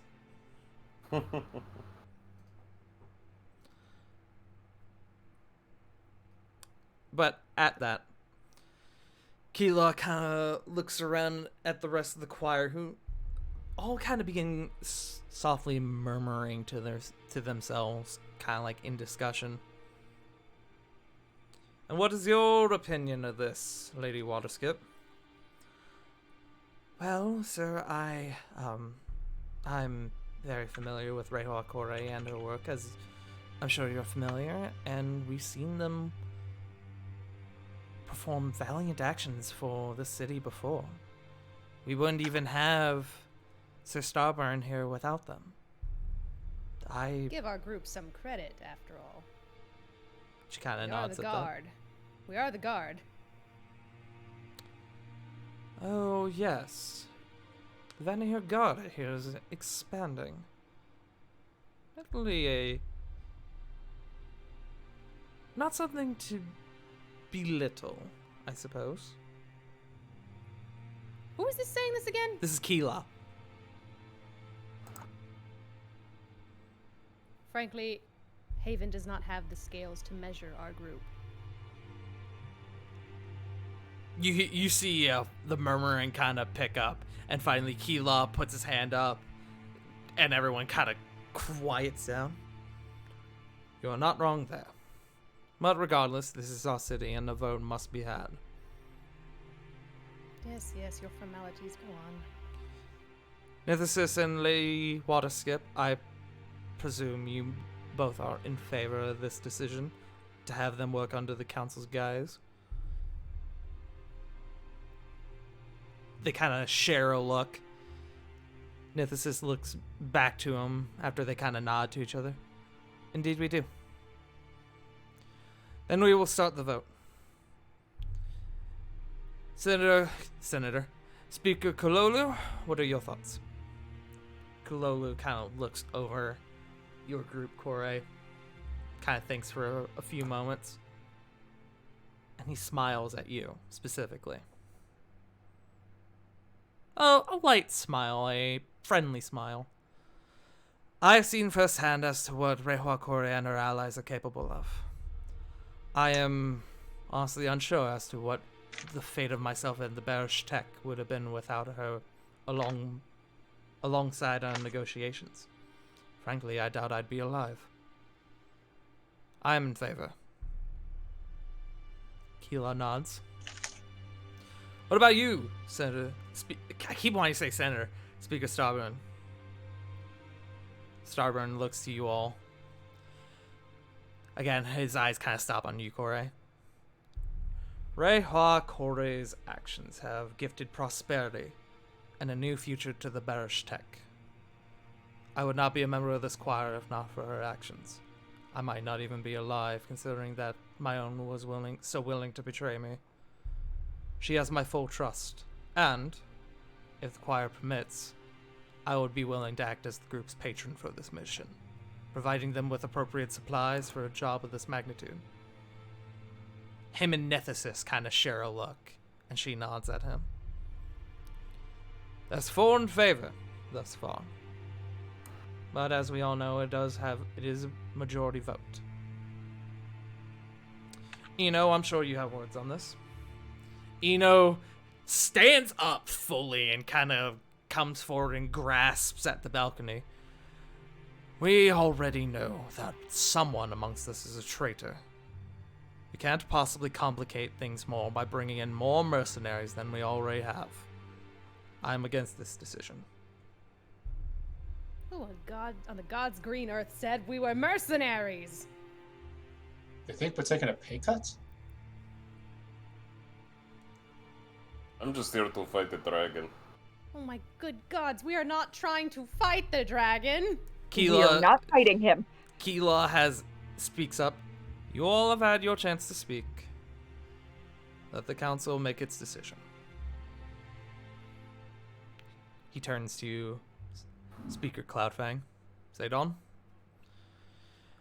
As much as I hate to admit it, I agree with Eno. Tradition dictates that matters of this magnitude would remain within the assembly. I voted against hiring Theoden to find the location of the dragon's lair. I'm going to vote against this motion as well. That's 2 against. Dune? Dune admittedly looks a bit conflicted. I know Rehua Kore. She has proven herself since revoking her banishment. However, I don't know the rest of these adventurers. What purpose do the Dunes try to serve if we continue to hire additional outsiders? You're losing coin as it is due to this tribute that we have discovered. I believe that we should have our Dune Striders handle the job. Ulrich, who didn't even get, like, called on, speaks up as well. I agree with Dune. We have already promised a decent sum to Theoden for searching for the Dragon's Lair. We continue to bring on more outside help. The people will lose faith in us and our Dune Striders. That's 4 in favor. That's 4 against. But we still have 2 more decisions, or 2 more votes. Ludric. Corey, as you look to Ludric, there's an odd fire in his eyes. Make me an insight check. In fact, anyone who wants to, make me an insight check. 14. 14? Quick question, it's been a while. Is Ludric the one dating Taneri? He is. As far as you remember. 12. He was the one who who brought you guys on your first visit from the Animus Sanctum to Haven. He 16. was kind of like, it was an unspoken sort of agreement that he was the guy who would come to and from the city. Mm-hmm. It seems like he has been made a formal representative. 19. Would that give her advantage at all, or no? I'll give it, but it's not really necessary. It's not a hard check. Okay, it's not then. All of you can tell that this is the look of a man who is mad. He stands up, even somehow larger than, like, his posture is larger than that of Eno from before. Rehua Kore is a fellow disciple of the Animus Sanctum. I have worked and fought with her and her party members. She's diligent, hard-working, and deserves far better than the slander that some of you now throw her way. He looks to you. She's a friend. Not only to myself, but to this city. This city that she was born in. This city where her family still resides. If I could vote 1,000 times, each one would be yes. And he looks to you again, and he smiles. It's good to see you.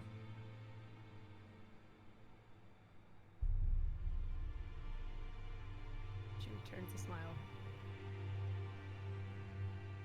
As well as the rest of you. And then he kind of looks to you, Lily, and you, I suppose. Foot will give that ever so enthusiastic wave.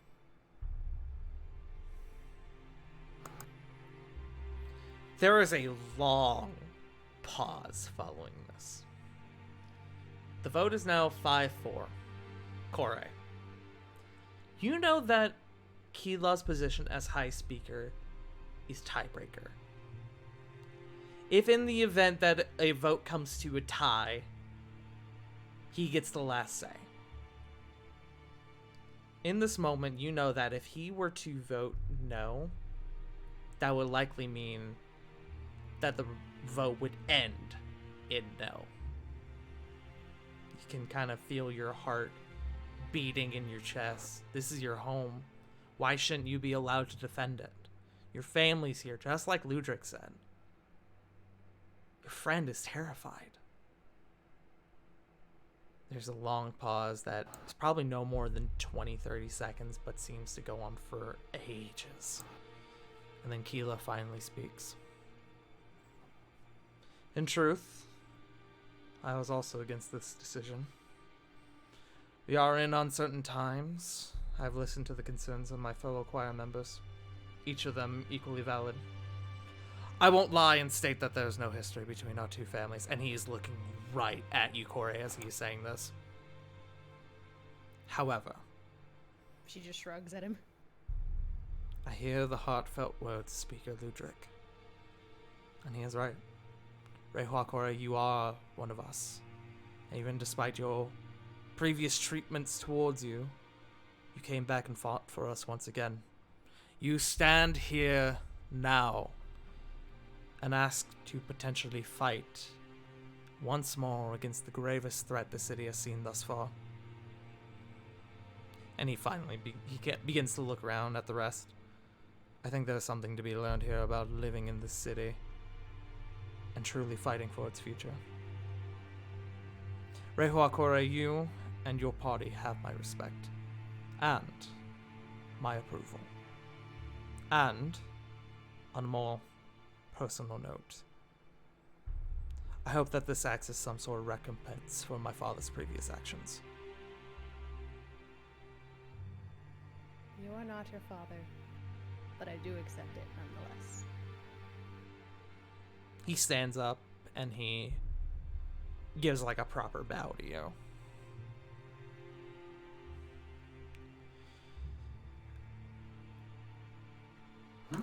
As far as we can tell, Theoden is set to return within the next 24 to 48 hours. Upon then, the council will need to make a decision upon what is to be done next. I suggest that you and your group get together and decide on what actions you want to take, what investigations you wish to make before he returns.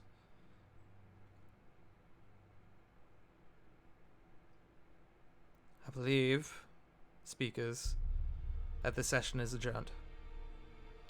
And you hear, softly, Corey, most people wouldn't pick it up, but you do, and I think Flit would as well. You both softly hear Dune go, finally. I like Yeah. him. You've known Dune. Dune has been a rather minor figure in your time that you've known her compared to like commerce and like security. Dune just runs the farms, but you kind of like the cut of her jib. She's kind of no bullshit. Which is exactly our type of shit. Exactly. On the matter of the meeting being adjourned, she looks to Ludric. Until we know everything that went down, can we rely on your help and possibly the Sanctums for keeping, well, the choir in place while we're gone? I can certainly do my best. But I am admittedly one member of this choir. I can't control them. But I am on your side. And he gives you another sort of half smile.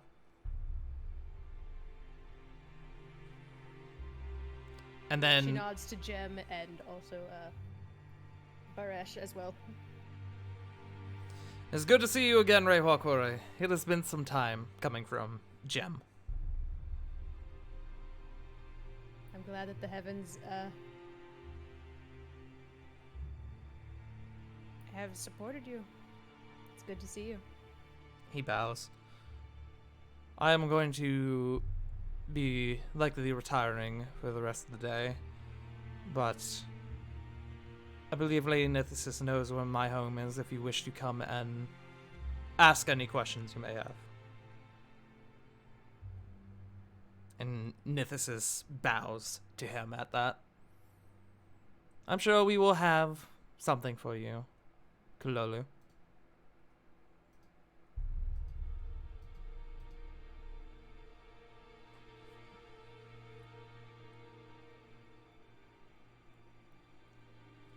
Oh, I get what you're saying, Corey. I got you. Okay.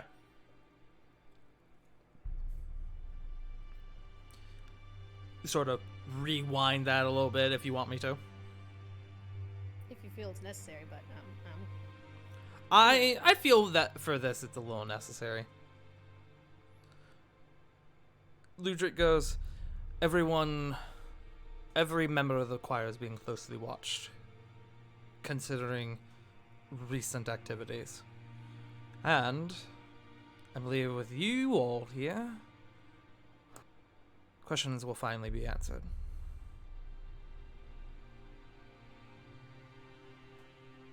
are all the Doomstriders away helping Theoden? No, in fact, he actually left on his own. He said he worked better alone. Amazing. Sorry.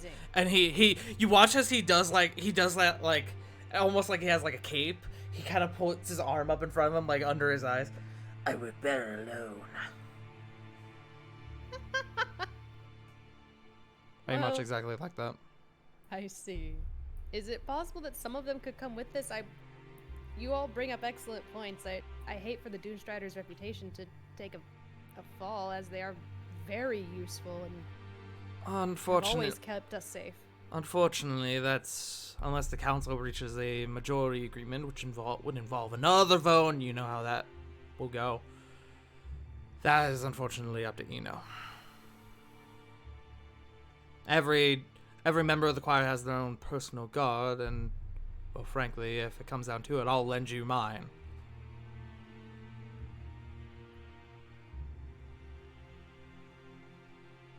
I appreciate it. Absolutely. It wouldn't be much, but 2 Doomstriders is with, as far as I can tell, about 20 regular guards from pretty much anywhere else. So, Yep. I have to go discuss with a few people, but I will see you soon.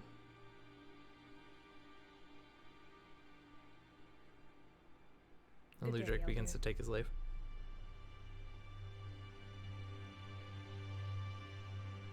A quick question: Sure.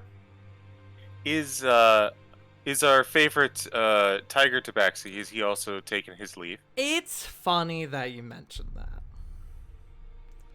You all hear large footsteps beginning to approach you, and from behind you hear a familiar voice.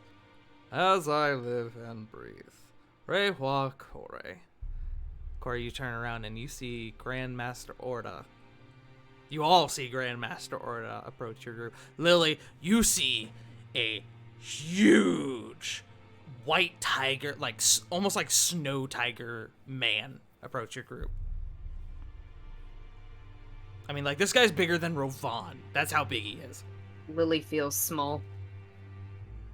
Sure. Master Orda. It's good to see you, Rehua Kore, as the rest of you. It's been some time. However, and he looks down to you, Lily, I don't think we've been properly introduced.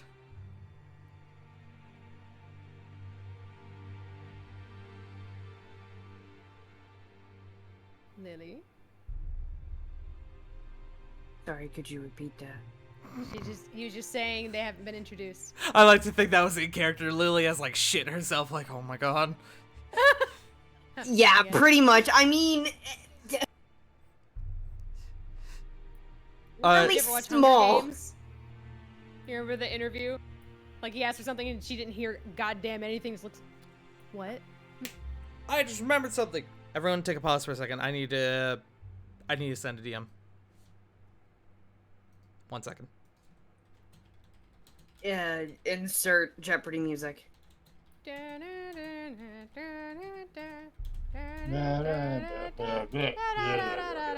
Alright, all good. But he says, it is good to see you again. As it is you all. And he looks down to you. I don't think we've been properly introduced. However, my name is Grandmaster Orda. I'm the head of the Anima Sanctum.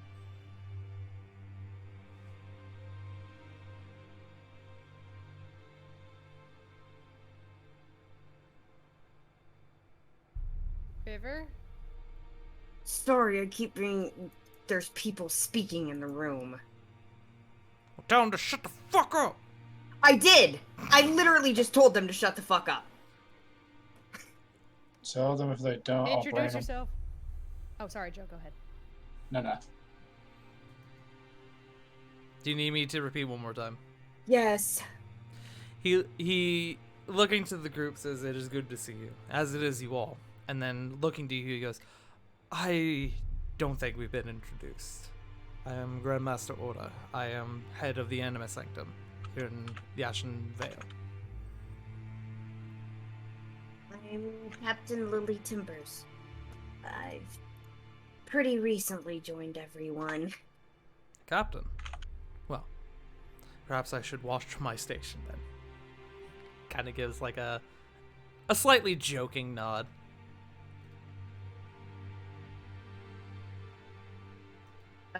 Lily will crack a very shy smile.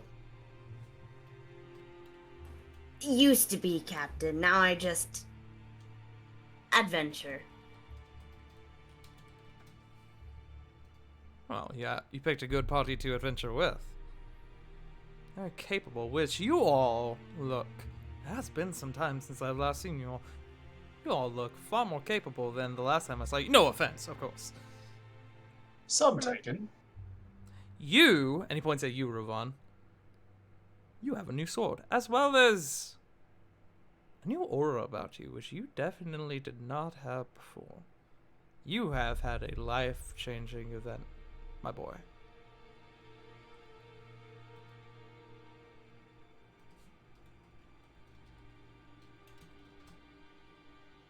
I think J Frost may have stepped away. Did he? He's muted. No, I realized I just fucking was muted. I was speaking in like Oh, a fantastic. goddamn idiot. That's okay. It happens. What has happened? I look forward to our rematch. Giggles. Still not this one. Still not this Other one. one. Yeah, it's other one. Wrong I one. stay on his motherfucking ass. I'll Wrong fight one. everyone. Not all monks look alike. God. Our rematch? If I'm not mistaken, I don't think we've fought before. Wait. Hold on. Rovan, you would not survive if you fought Grandmaster Orla. Wait, then who was it that they on? His subordinates. That Oh. that would have been Oh. Torin. Oh, Ravon lays a hand on this gentleman and goes, I am terribly sorry. No, it's alright. It's alright. I would like to fight you, though, one day. He kind of looks you up and down. That day may be coming closer than you think. Turns to the group, gives a thumbs up with a dopey-ass grin. You all watch Starry-eyed. as he turns She wants to around, be there. Orda starts raising his hand to chop the back of his neck. And as Rovan turns back around, it goes down to his side. And I'll start preparing a funeral. That day is coming too soon. Corey's betting money that day. She gonna make bank. Coming Wow. soon to a theater near you. Rovan getting his ass kicked. Corvin's at that point is already preparing the friggin' all the odds on the bets. Literally hedging at the betting table. I can buy Diana something nice with the money I'm going to make off that battle. Says Diana, You- who has been rather quiet during this. You'd be surprised what his odds are, as he's like just scribbling at that point. Did Diana meet Master Orda? Diana? I don't think that's actually true. I don't think Diana... No, I think she was here the first time you came to Haven. Because she met your family.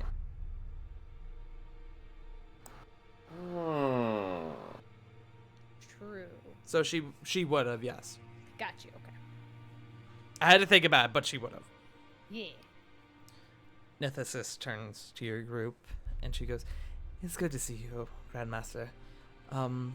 If you don't mind, though, we do have to discuss, sort of, looking to your group like, we got shit to do." Oh, of course, please, don't let me hold you up. However, if I can be of any assistance, please, do let me know. I believe we will do just that. And we'll be visiting you when we're done. Oh, I intend it.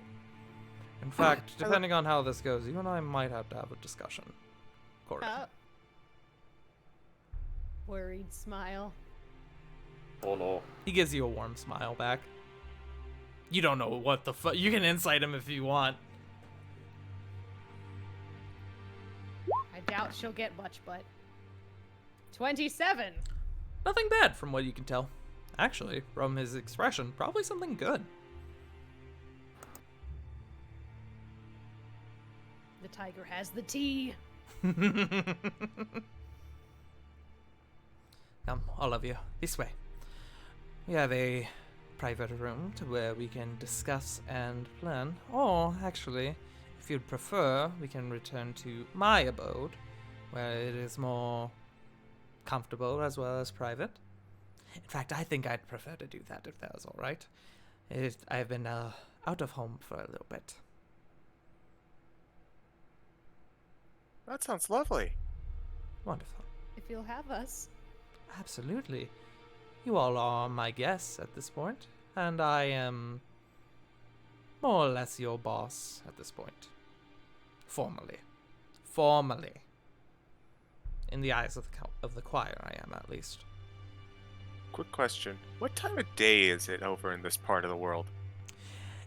In terms of time zones, the Ashen Vale is actually not too far off from Asterios. It's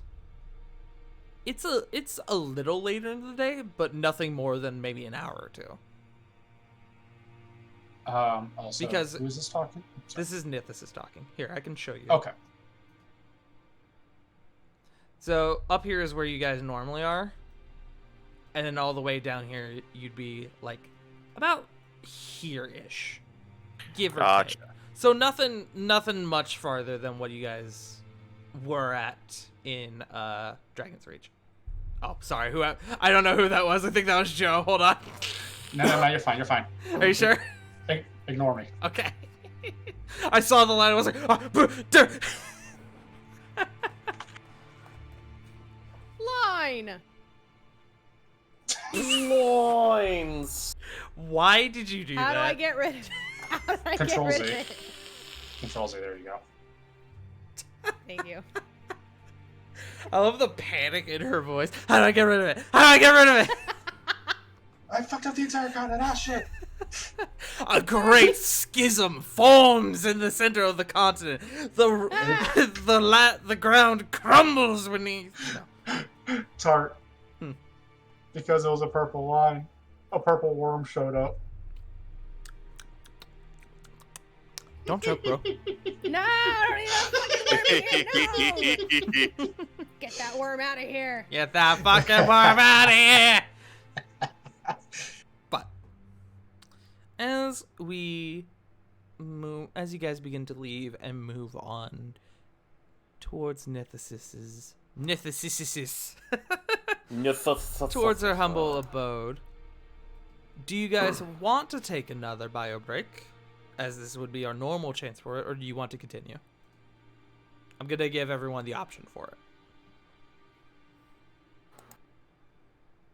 I could use a quick fiver. Same. Okay. I personally would like to use the bathroom, so let's go ahead and we'll take a quick bio break, just a couple minutes, and we will be Very back. quick. We'll be back in just a few minutes, chat. Don't go anywhere. I'm gonna go get Milo. Milo. Bring the schnook. That's the worm. It's Milo. Don't you refer to my baby as a worm. Hey, Worm. great worm. No, worm. WYRM. Worm. Worm. A worm. A worm. I'm gonna go use A the lesser bathroom. dragon. Hey. Hey. Hey, hey. Hey, Like, hey. I've been watching too legitimately- much Haikyuu, sorry. You're fine. I was just gonna go on a whole rant of worms are freaking literal dragon worms. They're ridiculous.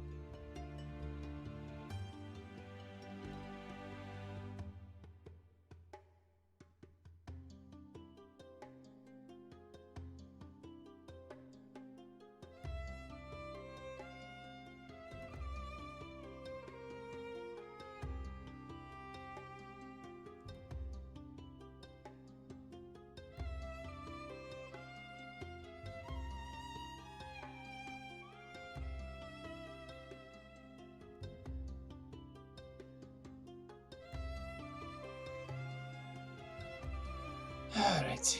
How's the chat doing? Hello, I returned. Yeah, Walter. Speaking of the chat, I got to thank Kelly AFU who hit us with a sweet raid earlier during the Kelly! session. Kelly! What up, Kelly? Kelly, I hope you had a good stream. If you've never been here before, my name is Farting Tart. I do D&D. I do variety games.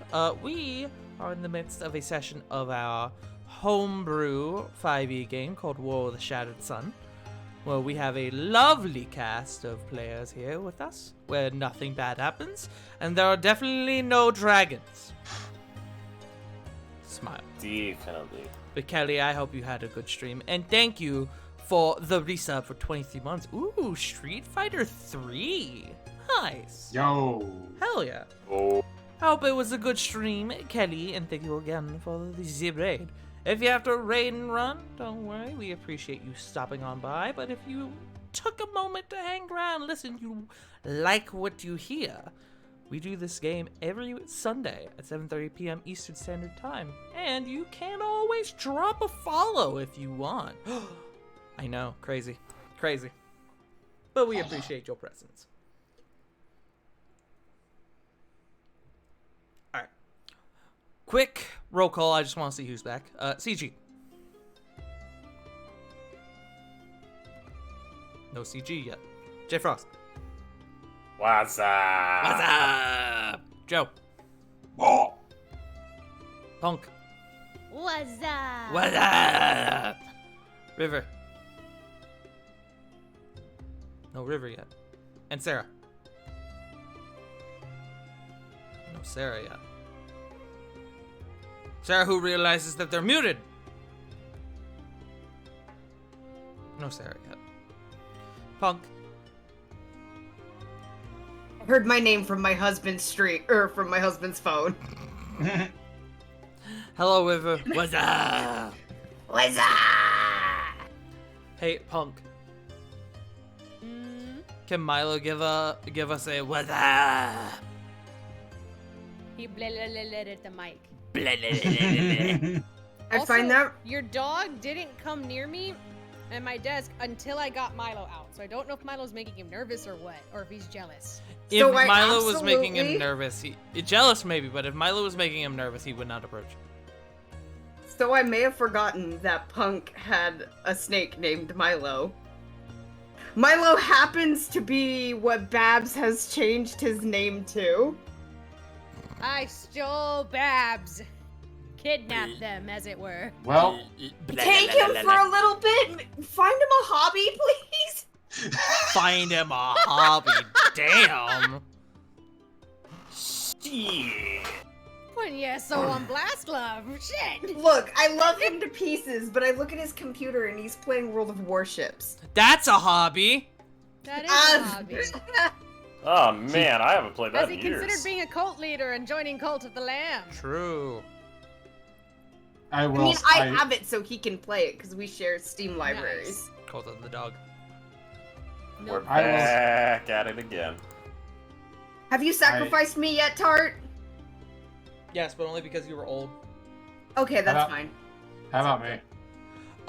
You, I believe, died of old age. I was Yeah, that makes crap, sense. I think. You died of old age. No, I don't know if I won that actually. Actually, I don't remember if you died. I know you died, Joe. I think. No, you almost died of old age, and so I sacrificed you as well. I think I had you ascend. Ah. Lovely. Ooh. I ascend all my old people. I tried Or to they ascend all die my old before I people. get back and I compost them. Dude, what is old people but just recyclable meat? Follower meat. Follower Facts. meat, smile. Follower meat kebabs. Here you go. Dude, I have the fucking feat too that makes it so people get more upset when old people die. Just like, God damn it! I've been so excited It to must be- play it, and I've yet to open it just because I've been so fucking busy. It's such a good And then game. Damn, I feel I've been that. obsessed with Undermine, Nice. and I've yet to beat like the second boss on that fucking game, and I'm so pissed off at myself for it. You want another good game to play? A roguelike like ish called Backpack Yeah. Hero. I enjoy it. I've seen you playing Ooh. a It's little not bit quite of that done recently. yet, It's not quite done yet. I think they're working on it again, early access, but it's pretty good so far. I enjoy it. Like there's Send like me backpack the link if organizing, you there's, can. like rules for like items. Like if you have like a helmet, usually it has to be like in the top row, otherwise it won't work. Things like that. Is CG back?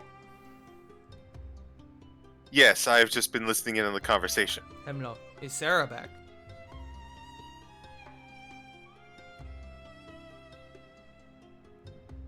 Okay. She did say if she's not back when we're ready, we can continue. So we are going to move on if that's all right. Yeah. Okie dokie. Our scene See. shifts from the interior of the council, the choir chambers, to now the inside the living space of a certain pink tiefling woman that you all know. You can see that her house is definitely far more luxurious and refined than most of the other buildings here in Haven. Cora, it's a little, what's the word I'm looking for? Gaunty? Gaunty might not be the word. Gaudy? Gaudy! That's the word I was looking for. Thank you. Had to think about it. Gaudy how? Like different patterns or like gold and shit everywhere? There is definitely like there is a bit of gold inlaid in the walls and stuff, but it's definitely like expensive furniture. Fucking like the house has like a bit of like an enchantment into it, so it stays like a cool temperature compared to the heat of outside. It's definitely like rich person house, which definitely makes you a little uncomfortable. That being said, she is a gracious host. Your home is lovely. Thank you, dear.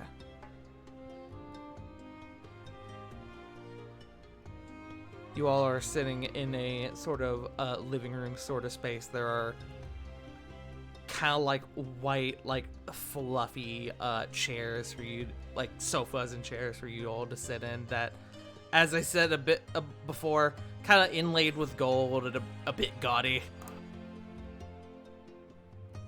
Definitely does not match the aesthetic of the rest of the city, but hey, she's happy.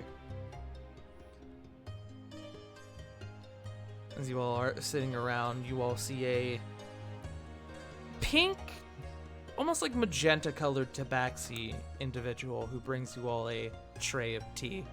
And as she does, Nithis turns to her and goes, thank you, dear. She looks at Nithis and says, oh, you're welcome. I'll be in the kitchen if you need me. She leaves. Cora, you recognize this individual. Oh. She was one of the members of your party Ah, during the one-shot. Ah. I see. Ah! Ooh! Sarah's gone again. Damn it, Sarah! Well, She's gone again.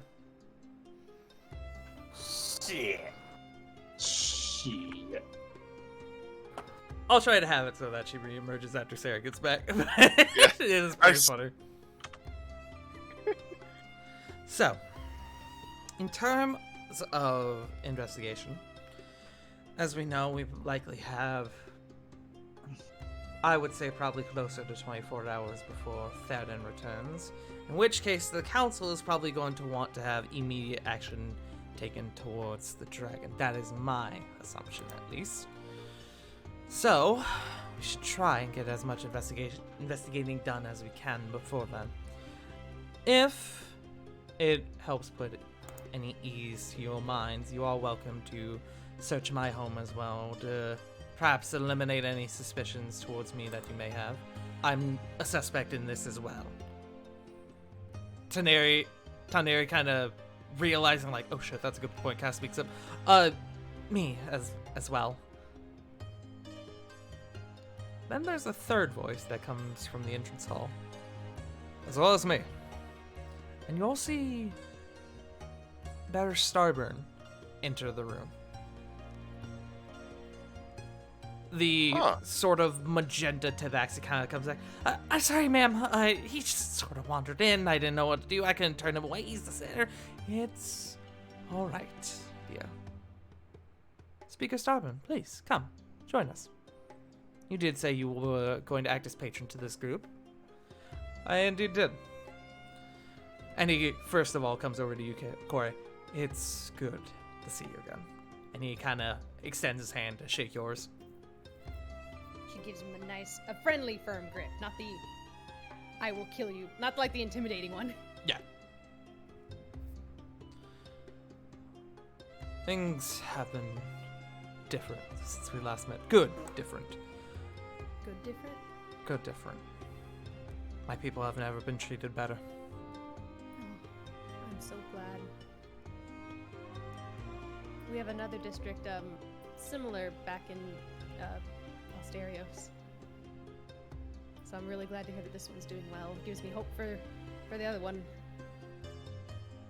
It's all thanks to you.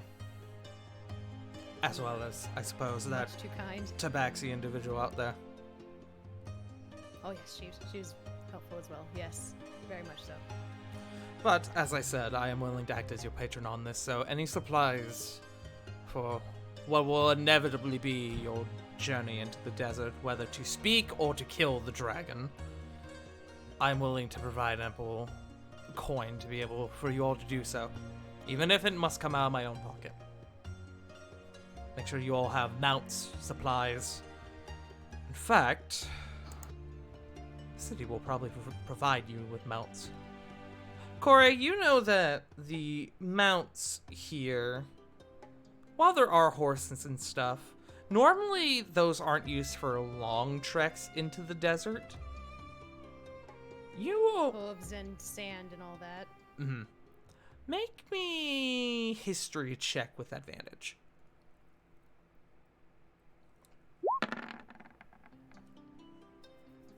That wiggled a bit. I didn't even see the dice. They didn't show up for me, fuckers. It was the equivalent of like the ball on a basketball hoop just circling. Yeah. With a 20, you know that the Dune Striders specifically have access to like giant lizard mounts, which are their saddles are specially fit for you all, for the riders to be able to like seal themselves in completely, so that way the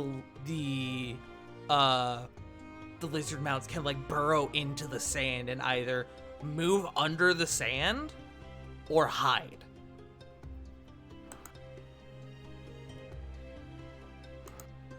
We wouldn't be able to get the lizard mounts, would we?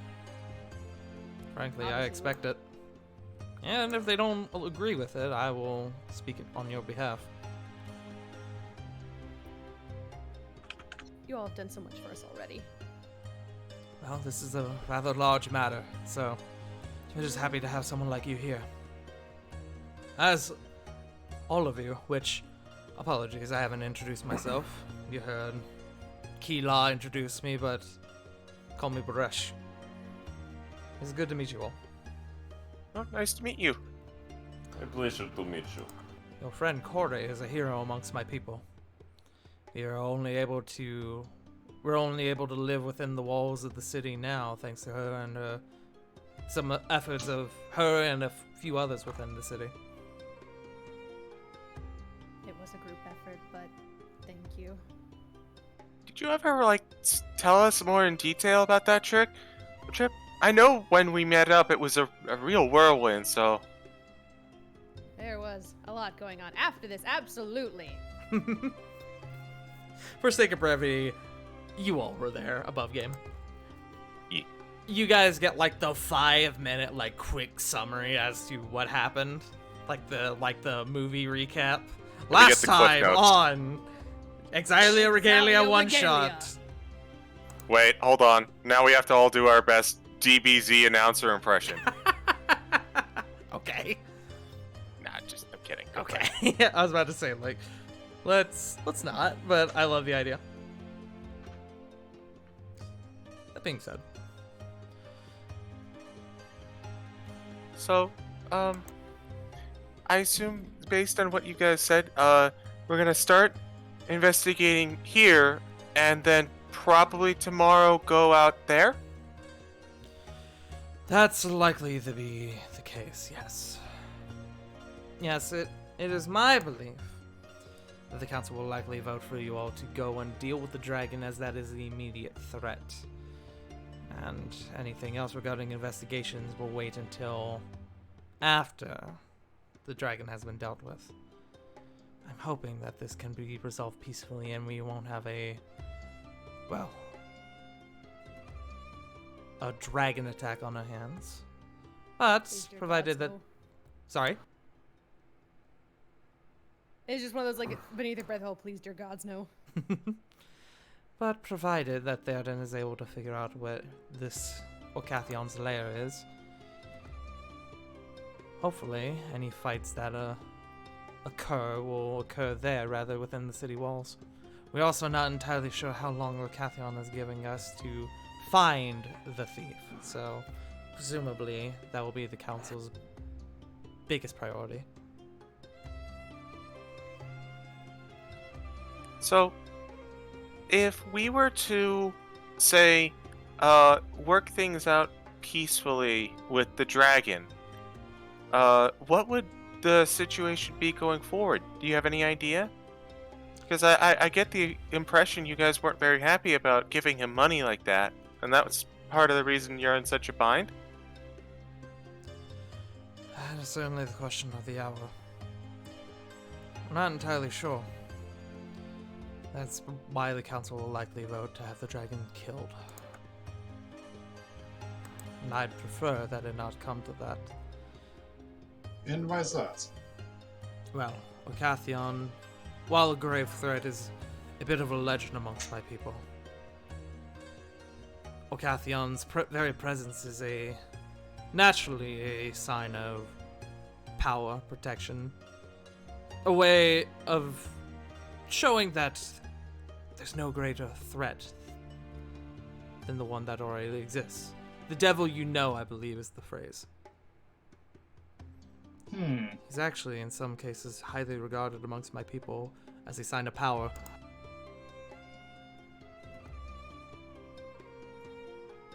Has your people actually have any kind of interaction with Orcathion? Not directly, but we have oftentimes utilized the sandstorms he creates to hide our trade as well as our parties during hunts. And when we occasionally snuck into the city. You see, this is like choke on her tea a little bit. When you what? Don't worry about it. It was nothing serious. Apparently not, since you are all part of the city now. Nothing more than petty theft. Information gathering, I believe. That's how we came into contact with Speaker Kulolu, actually. Frankly, it's how most of our interactions started. Probably why we're here now. So, you could say that Orcathion is indirectly had a hand in us being within the city now. Almost a sign of change, if you will. Exactly.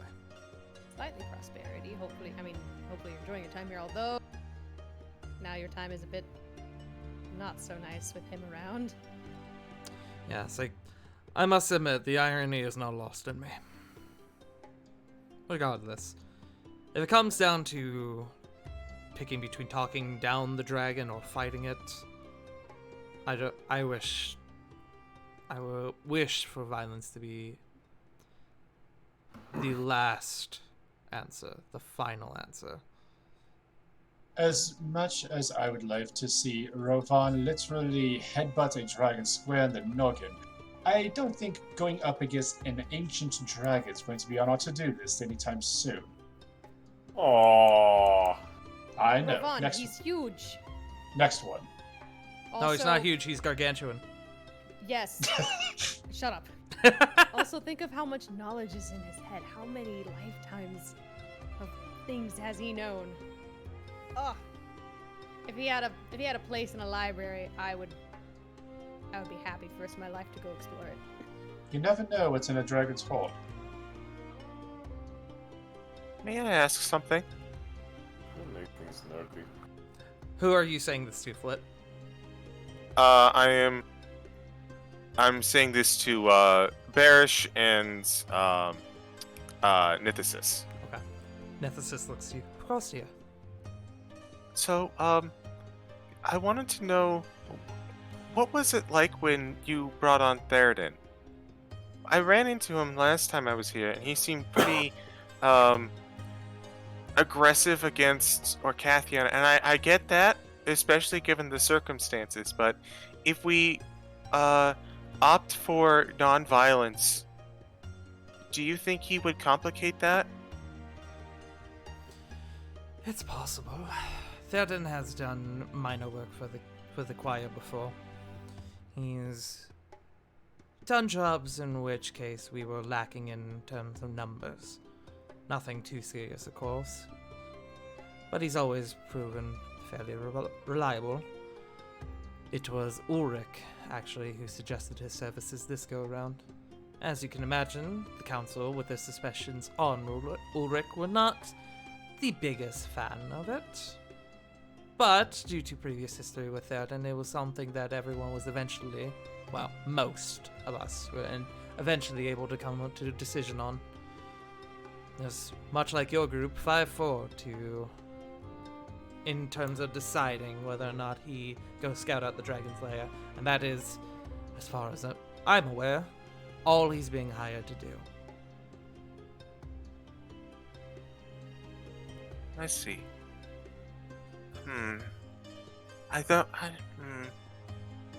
Let's just kind of got this, like, perplexed look on her face. Please do. Share your thoughts. Well, this is admittedly somewhat personal, but I also really don't want to resort to violence if possible, for more reasons than just my own safety. I don't know a lot about Orcathian, admittedly, but every dragon that I've dealt with has been terrifying sometimes, of course, but they've treated us well, and I'd like to keep that trend going as much as possible. And when I interacted with Theoden, I don't know, it just, I got the feeling of, admittedly it's been a while, but anger? Something... He has a certain demeanor about him, yes. One that I am not a particular fan of. I'm just concerned that if...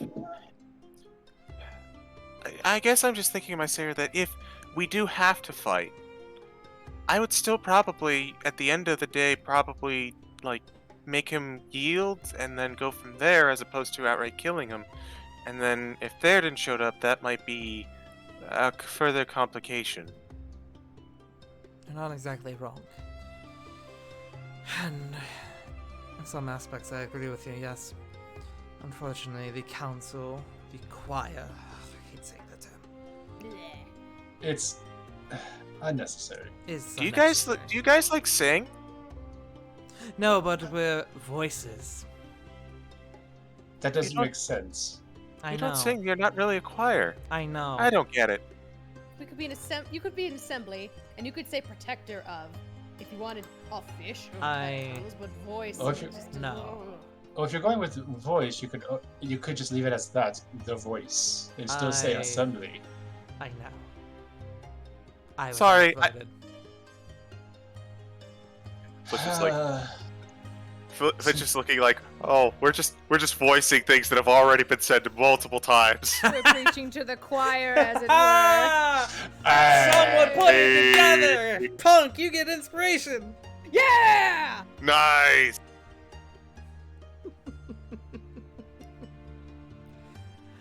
Above Gabe, that's the whole thing. When you go to the choir with your concerns, is known as preaching. You're preaching to the choir. When you put it that way, it's God clever. damn it! When you put it that way, it's clever. Yeah. I can just feel the rim shot reverberating through me. Somewhere off in the desert, Orcathion is on a tiny drum set. It's in his hood. I get It's made of it. diamonds and gold. But I just got a DM from Nero saying, I fucking agree, Tar. Hot damn. Not sure what it was, but I heard it from Jake's end.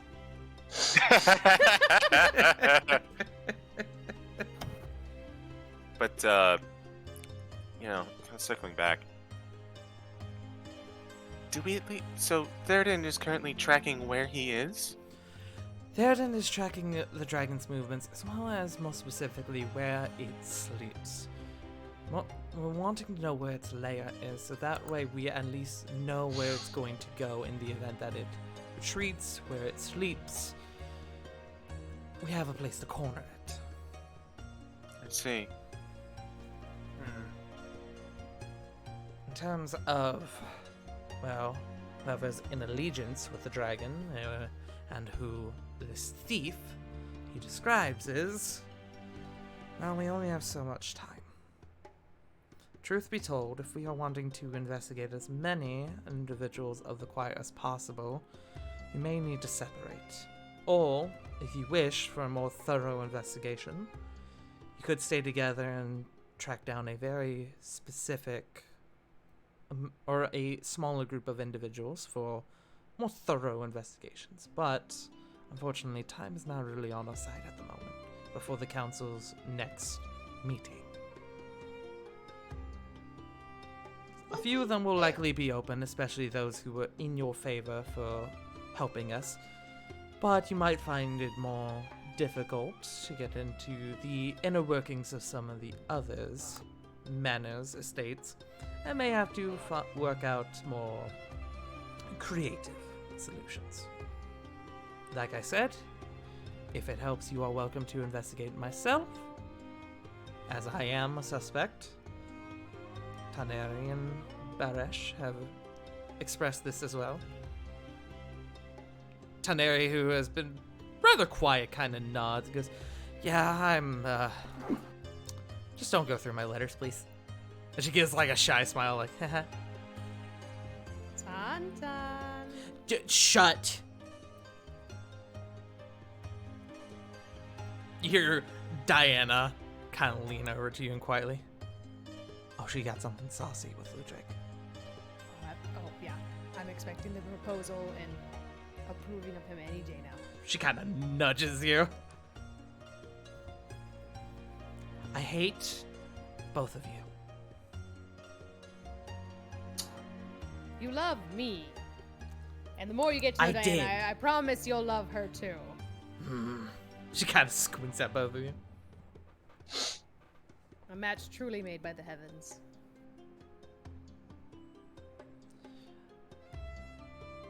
Nithis speaks up again. Ludric, speaking of.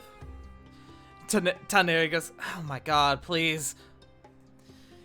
Ludric will likely allow you into his estate as well. And you already have the assistance of Grandmaster Orda, which is a good sign for us.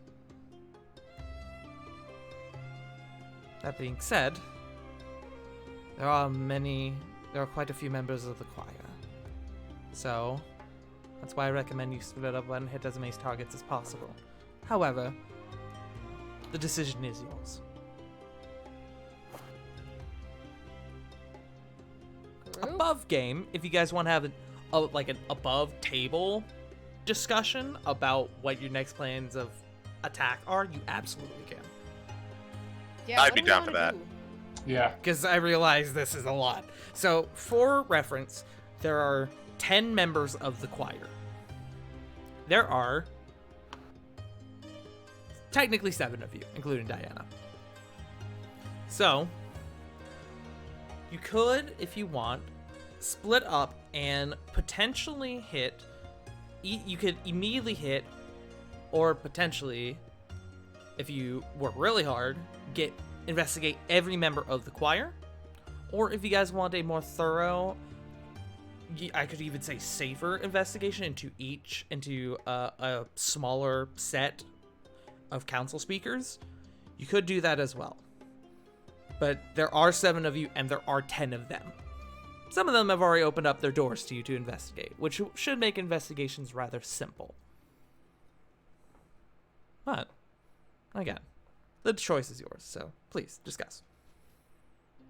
Alright, so just for clarity's sake, the I'm here two to answer things... questions as well. Okay, thank you. So... Either in character or out of character, sorry. Yeah, no worries. So, I have a couple options for sneaky information gathering if needed. I have, my usual wild shape, 2 uses of it, but on top of that, I have now met every member of the choir. And I have scrying. That Right? is true. I also have it prepared. You guys do have a nice shiny scrying focus.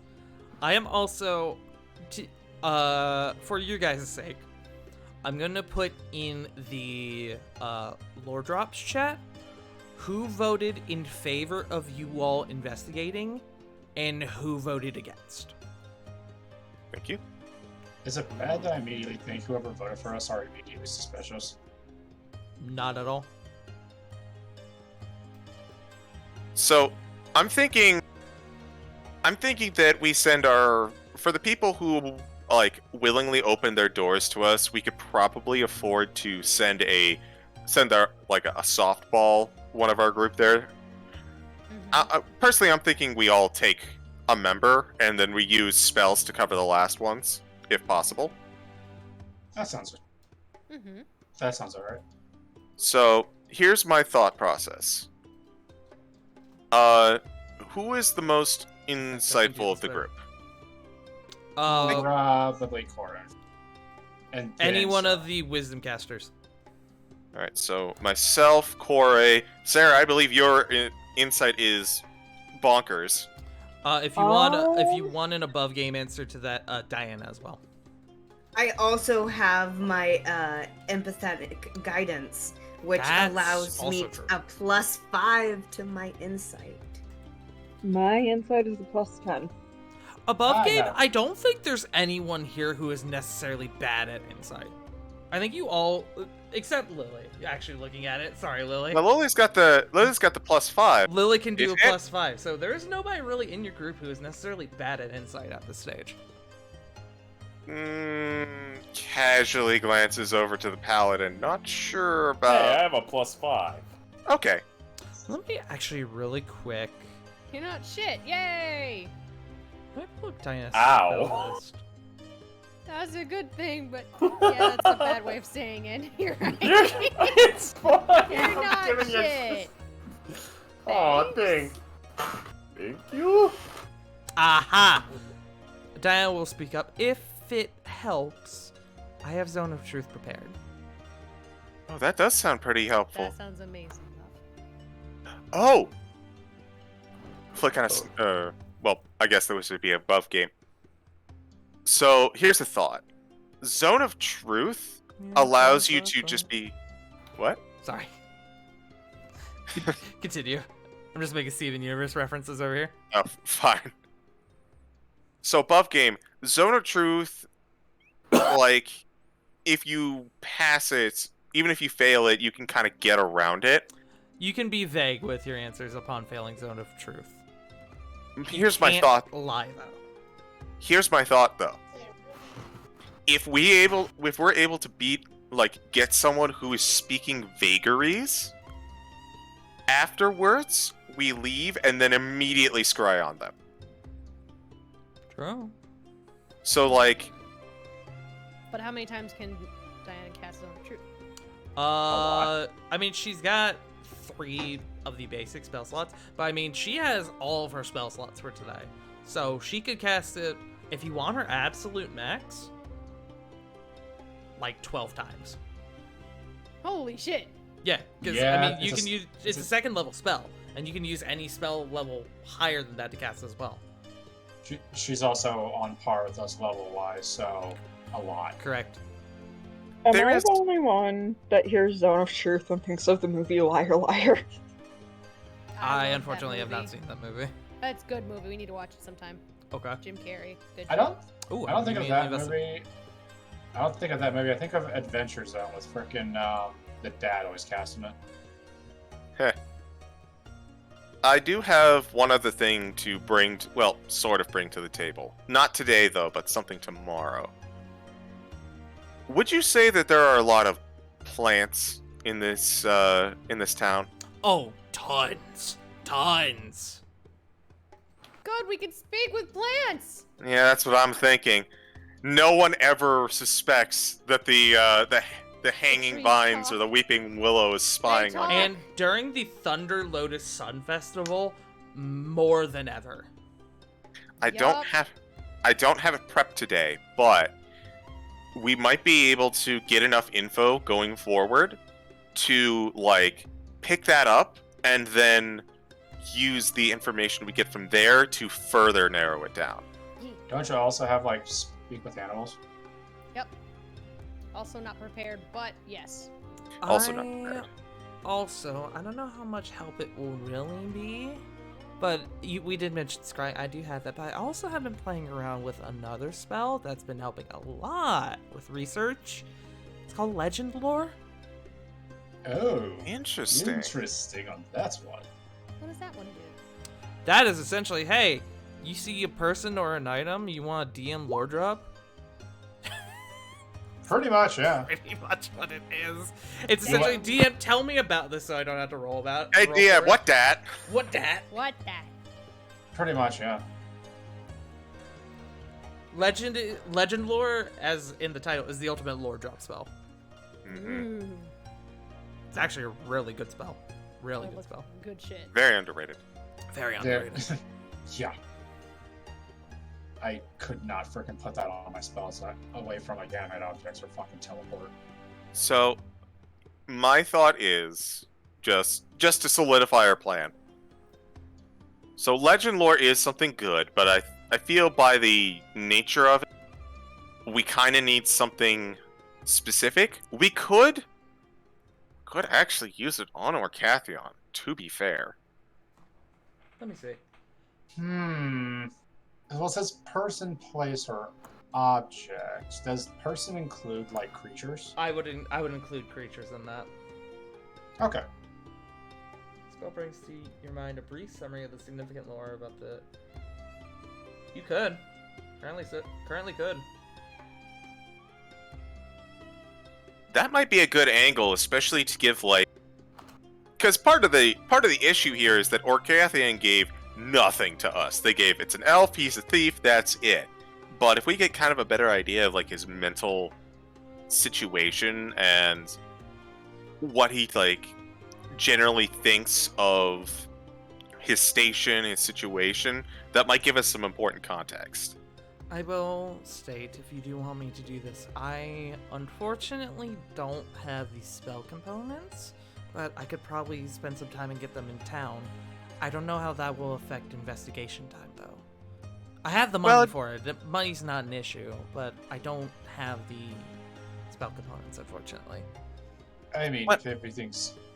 I'm sorry, TJ. No, I was just gonna say, well, I do know a friend of mine in town who runs a shop that we could visit. He might have this Oh. stuff. That's right, Gumtree. That was his name, right? Yeah. Oh, that Oh, might be yeah. a good idea, actually. And Foot pulls out the cactus pot that she has been caring for back in Dragon's Reach. I still have the gift he gave me. Oh. Hmm. You see Diana kind of like puts her hands up to her heart, like, that's really cute. I was wondering what that was for. Also, Corey was like, please throw that cactus in the eye of the dragon. Throw it in its nose. What's the AC on a dragon's nostril tart? What's up, Joe? So, what time is it again? Like you said, mid-afternoon. In game, it's probably approaching about 2 p.m. Oh yeah, so Diana would have like plenty of time to go get the supplies. It will. In terms of time for the day, it won't eat too much into that. However, it will eat into potential investigation time if you guys want her to assist. But if you're more concerned about getting this lore on Orcathion, that could definitely be her higher priority. So that could be what she does outside of like talking to one of the council members. It will definitely override one potential investigation for her, at least. Okay, no. I like the idea of that. We know Orcathion. Especially because like we haven't really found anything on him. All we know is he big, he's scary.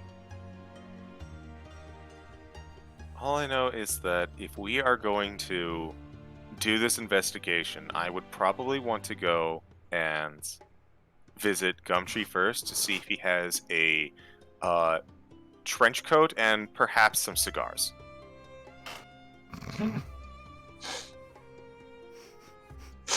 Fuck off. Fuck off. God damn it. He might. Who knows? Does the trench coat add to investigation rolls? Only if you buy the Scroll of Noir.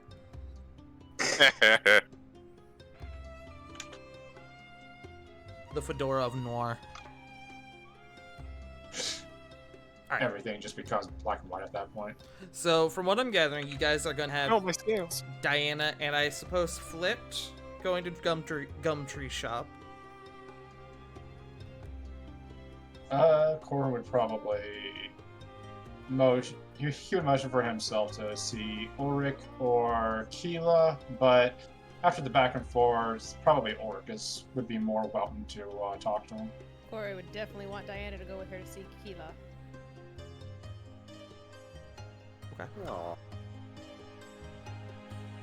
Aw. I think.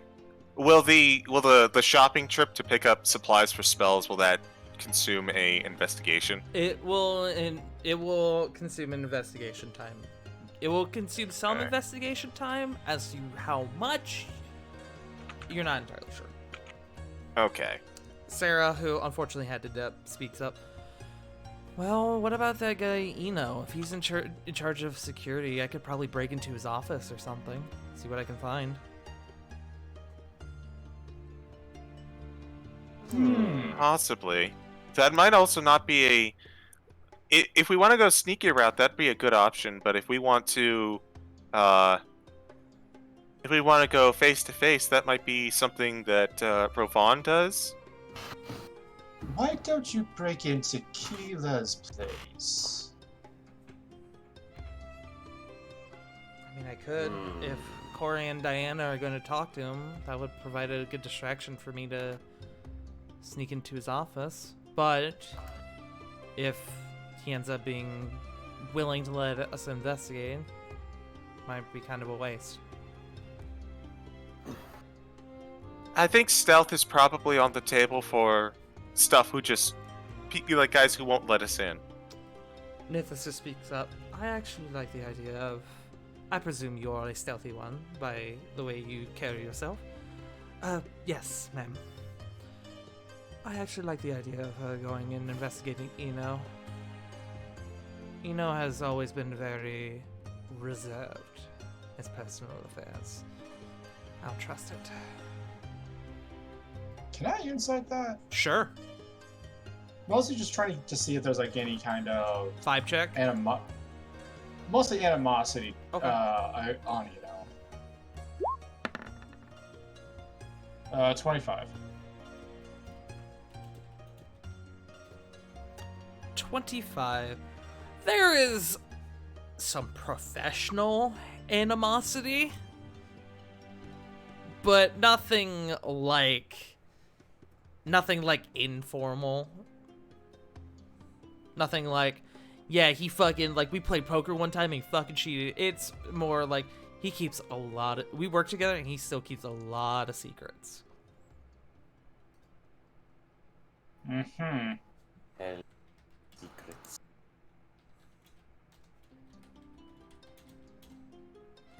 Good to know.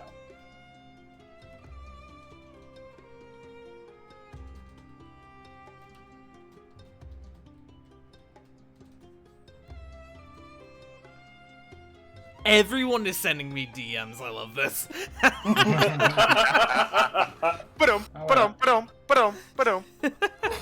I ever see DMs from, no joke, like 3 fucking people during this conversation.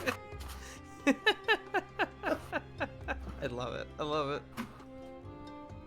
Political intrigue, and then DMs to the DM? Who'd have thought? That almost gives it away. I didn't send shit, so. Say I haven't done shit. Okay, so, back in. I do want to know. I want everyone to give me a rundown of what each person's plan at this. We can do this in like stages, so like everyone does this right now, then a bit later everyone does X. But I want to know what at this moment everyone's plan of attack is. From what I've gathered, you guys are having Sarah going to investigate Eno. Yes? Break into his office? Yeah. Okay. That sounds like a solid choice. All right. Can I have somebody writing this down just for my own personal reference? On Sure. it. I think CG. Yeah. Just put it in like lore drops or in game. Yeah, I'll put it in game. Woo!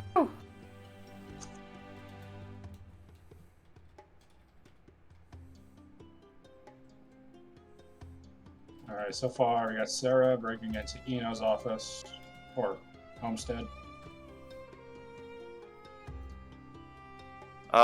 So I've got to do a little. I might go shopping with Diana, but above game I really don't need to.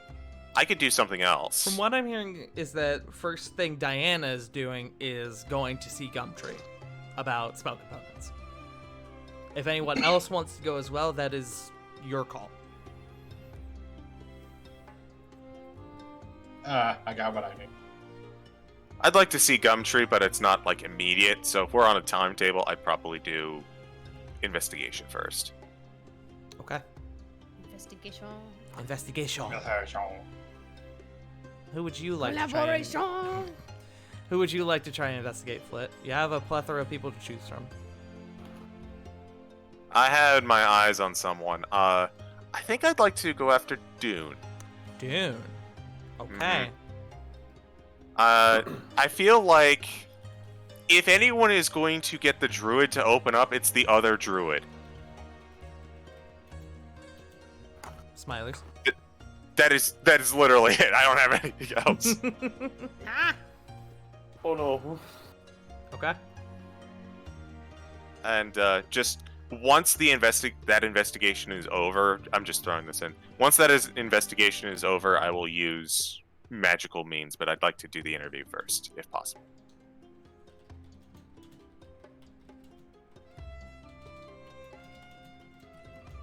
Okay.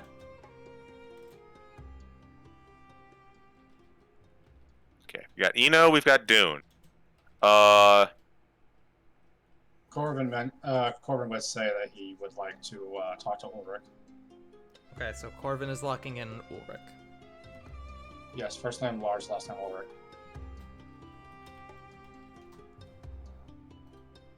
Okay. I got it. Corey's got dibs on Keela.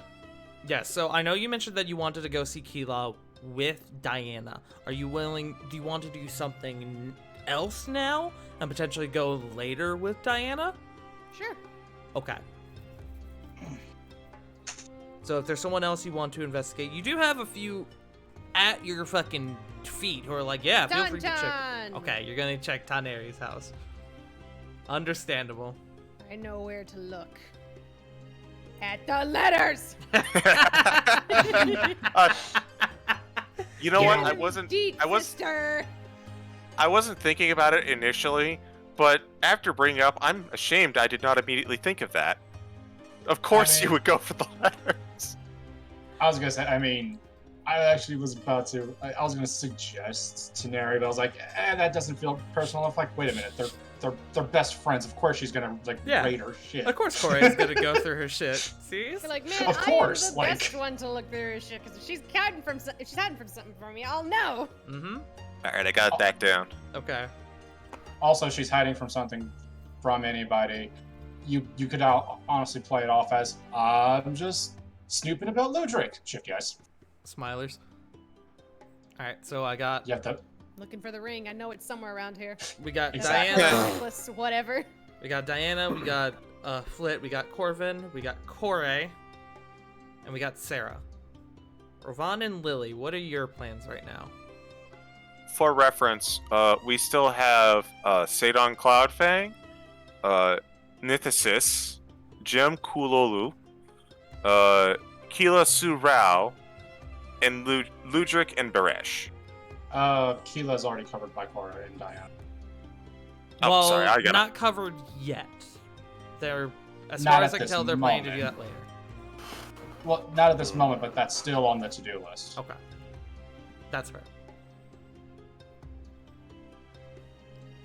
Alright, let me mark that down as well. I know Lily's a bit more unfamiliar with this area as well as the Lily people you're has- talking to. Lily has absolutely no idea what's going on, so above game I will say, Lily's pretty fucking sneaky. I'm small, I can get in and out of That is places, true. so if there's somewhere you want me to be, please tell me. Y'all do All right. know that Lily was head of the scouts that fucking got in and out of Dry Hollow when it was That's a good when it point. was under enemy reign. Our best? What about Sadon Cloudfang?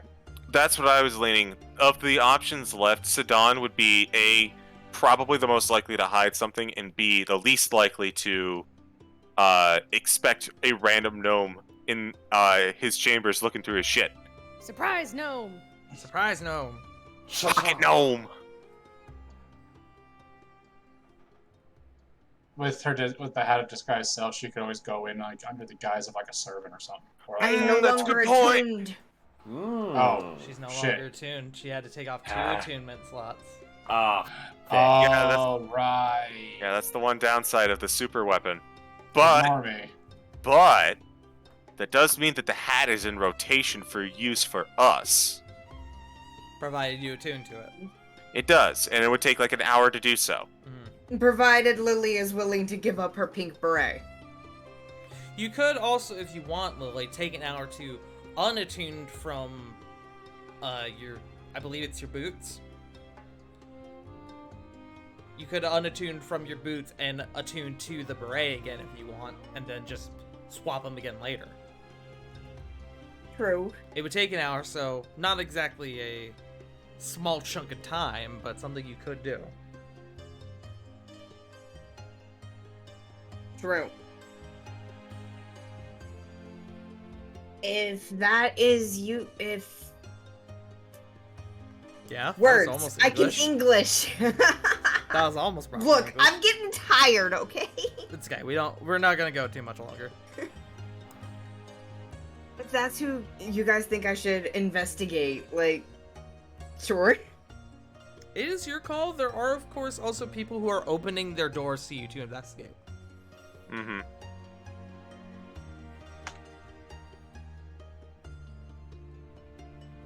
That's something you would rather do. You guys have a bit of time. Lily would feel more comfortable going with another person.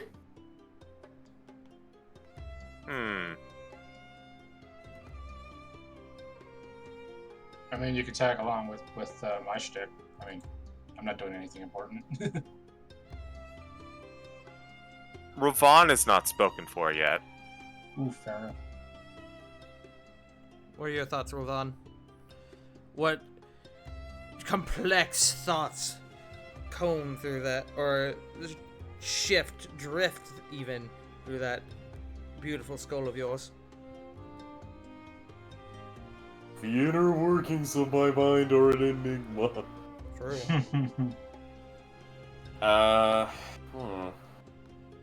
Well,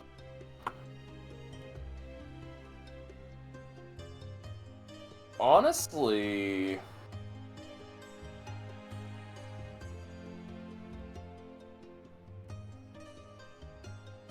Shit, in all honesty, I wouldn't mind trying to go for a little bit of sneak. But, okay, let me just make sure that I have this correctly. Lily, you're wanting to do Sedan? That seems to be the group opinion. Yeah. Okay. If that's the case...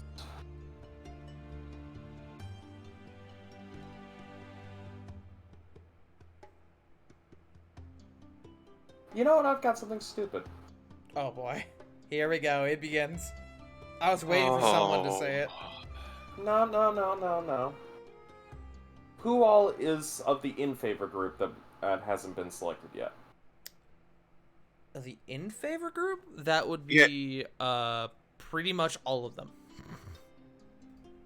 They're spoken for, yeah. So let's see. I believe Rao, Ludric, Barish, Nithis, and Teneri were the ones that voted for us, correct? Yes. It's in Lore Drop. It's in Lore Yeah. Drops. Yes. Okay, Sorry, let's see. I missed it. Nithis, Teneri... Yeah, I'm just trying to make sure I don't, like, go to someone that's already being selected by somebody else. Of all the people who voted in favor of you guys, the only one you have a set plan for at the moment is for Diana and Corey to see Keela later. Well, I'm also going after Gem. Oh, that's true.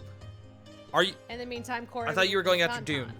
Oh, sorry, Dune. Apologies. I was looking at So, Gem. All good. okay, forgive. So which one hasn't been selected yet? I'm so sorry. I'm trying to literally put names to All good. names. Here, I got an idea. Check out in-game. This is what I got so far. Thank you.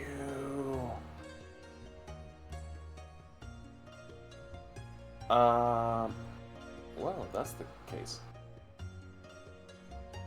Would you mind if I took up Gem and go to help Lily in a little bit with Sedan? You certainly could if you wanted to. Okay. Get two people on the same person. Yeah. I'll do that. Okay. And if possible, I'd like to get Raikiri out for an extra pair of eyes. Okay. Alright, so Lily and Rova... That should go well. One person very stealthy, the other not at all. Okay, but Lily and Rovan are going to attempt to tackle Sedan. I can't wait to see how that plan works out. That being said, I'm gonna ask right now, is this y'all's plan right now? We don't have everyone knocked out, but I think we've got like a little bit of everyone covered that we really want to look into. Okay. Mm-hmm. Okay.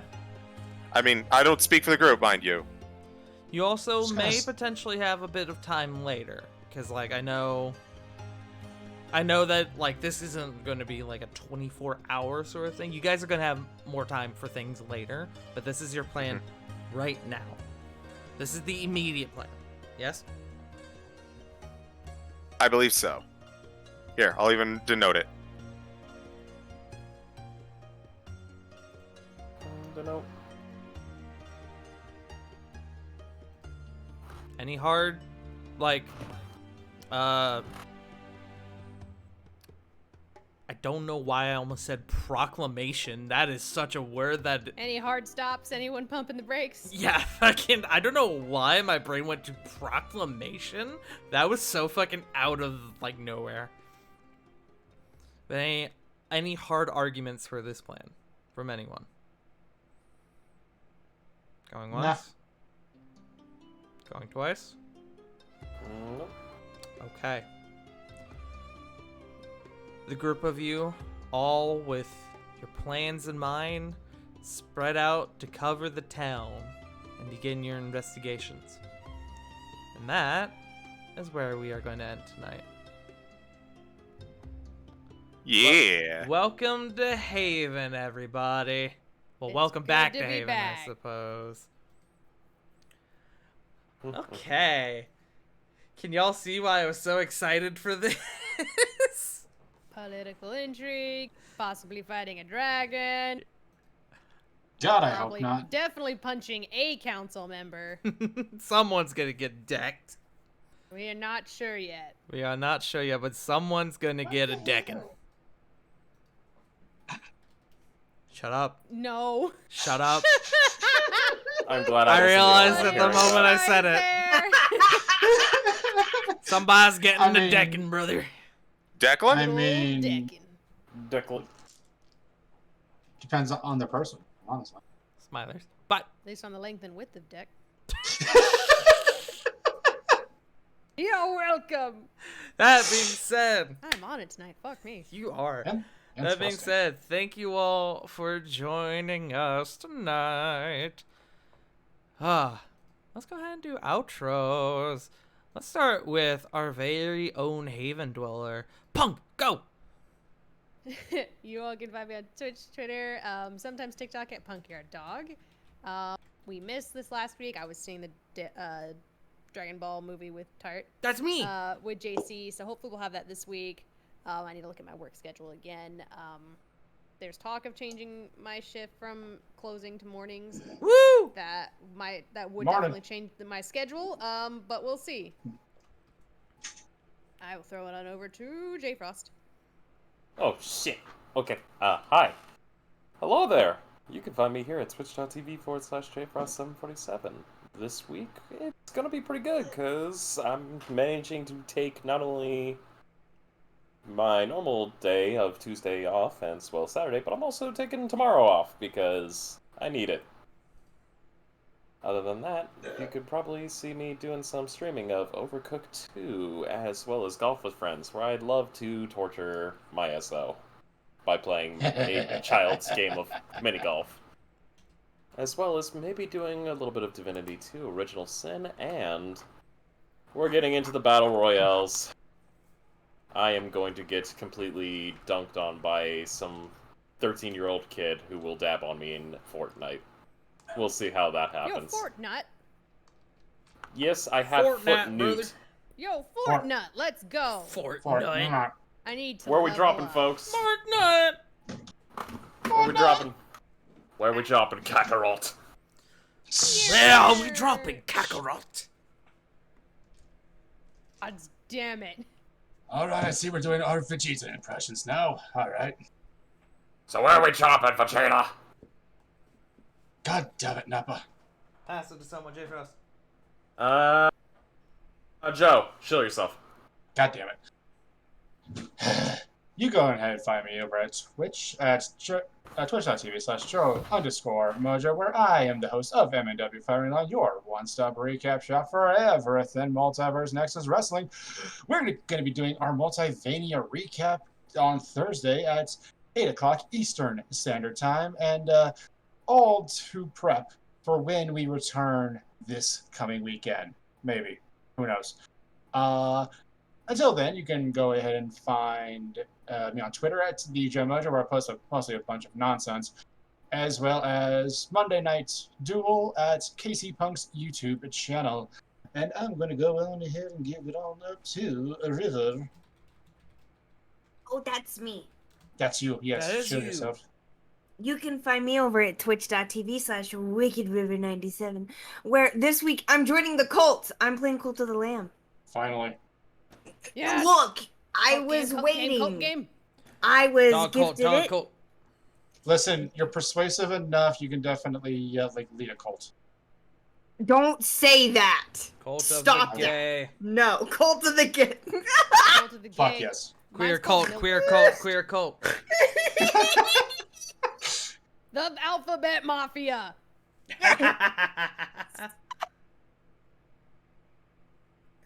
That's what I'm going to be doing this week. So you can find me tomorrow night at 7 p.m. Central Time for that. And I'm going to pass it to CG. Hello. You can find me nowhere because I don't much care for social media. That being said, there are plenty of D&D streams of which I am a part of, including on this very channel.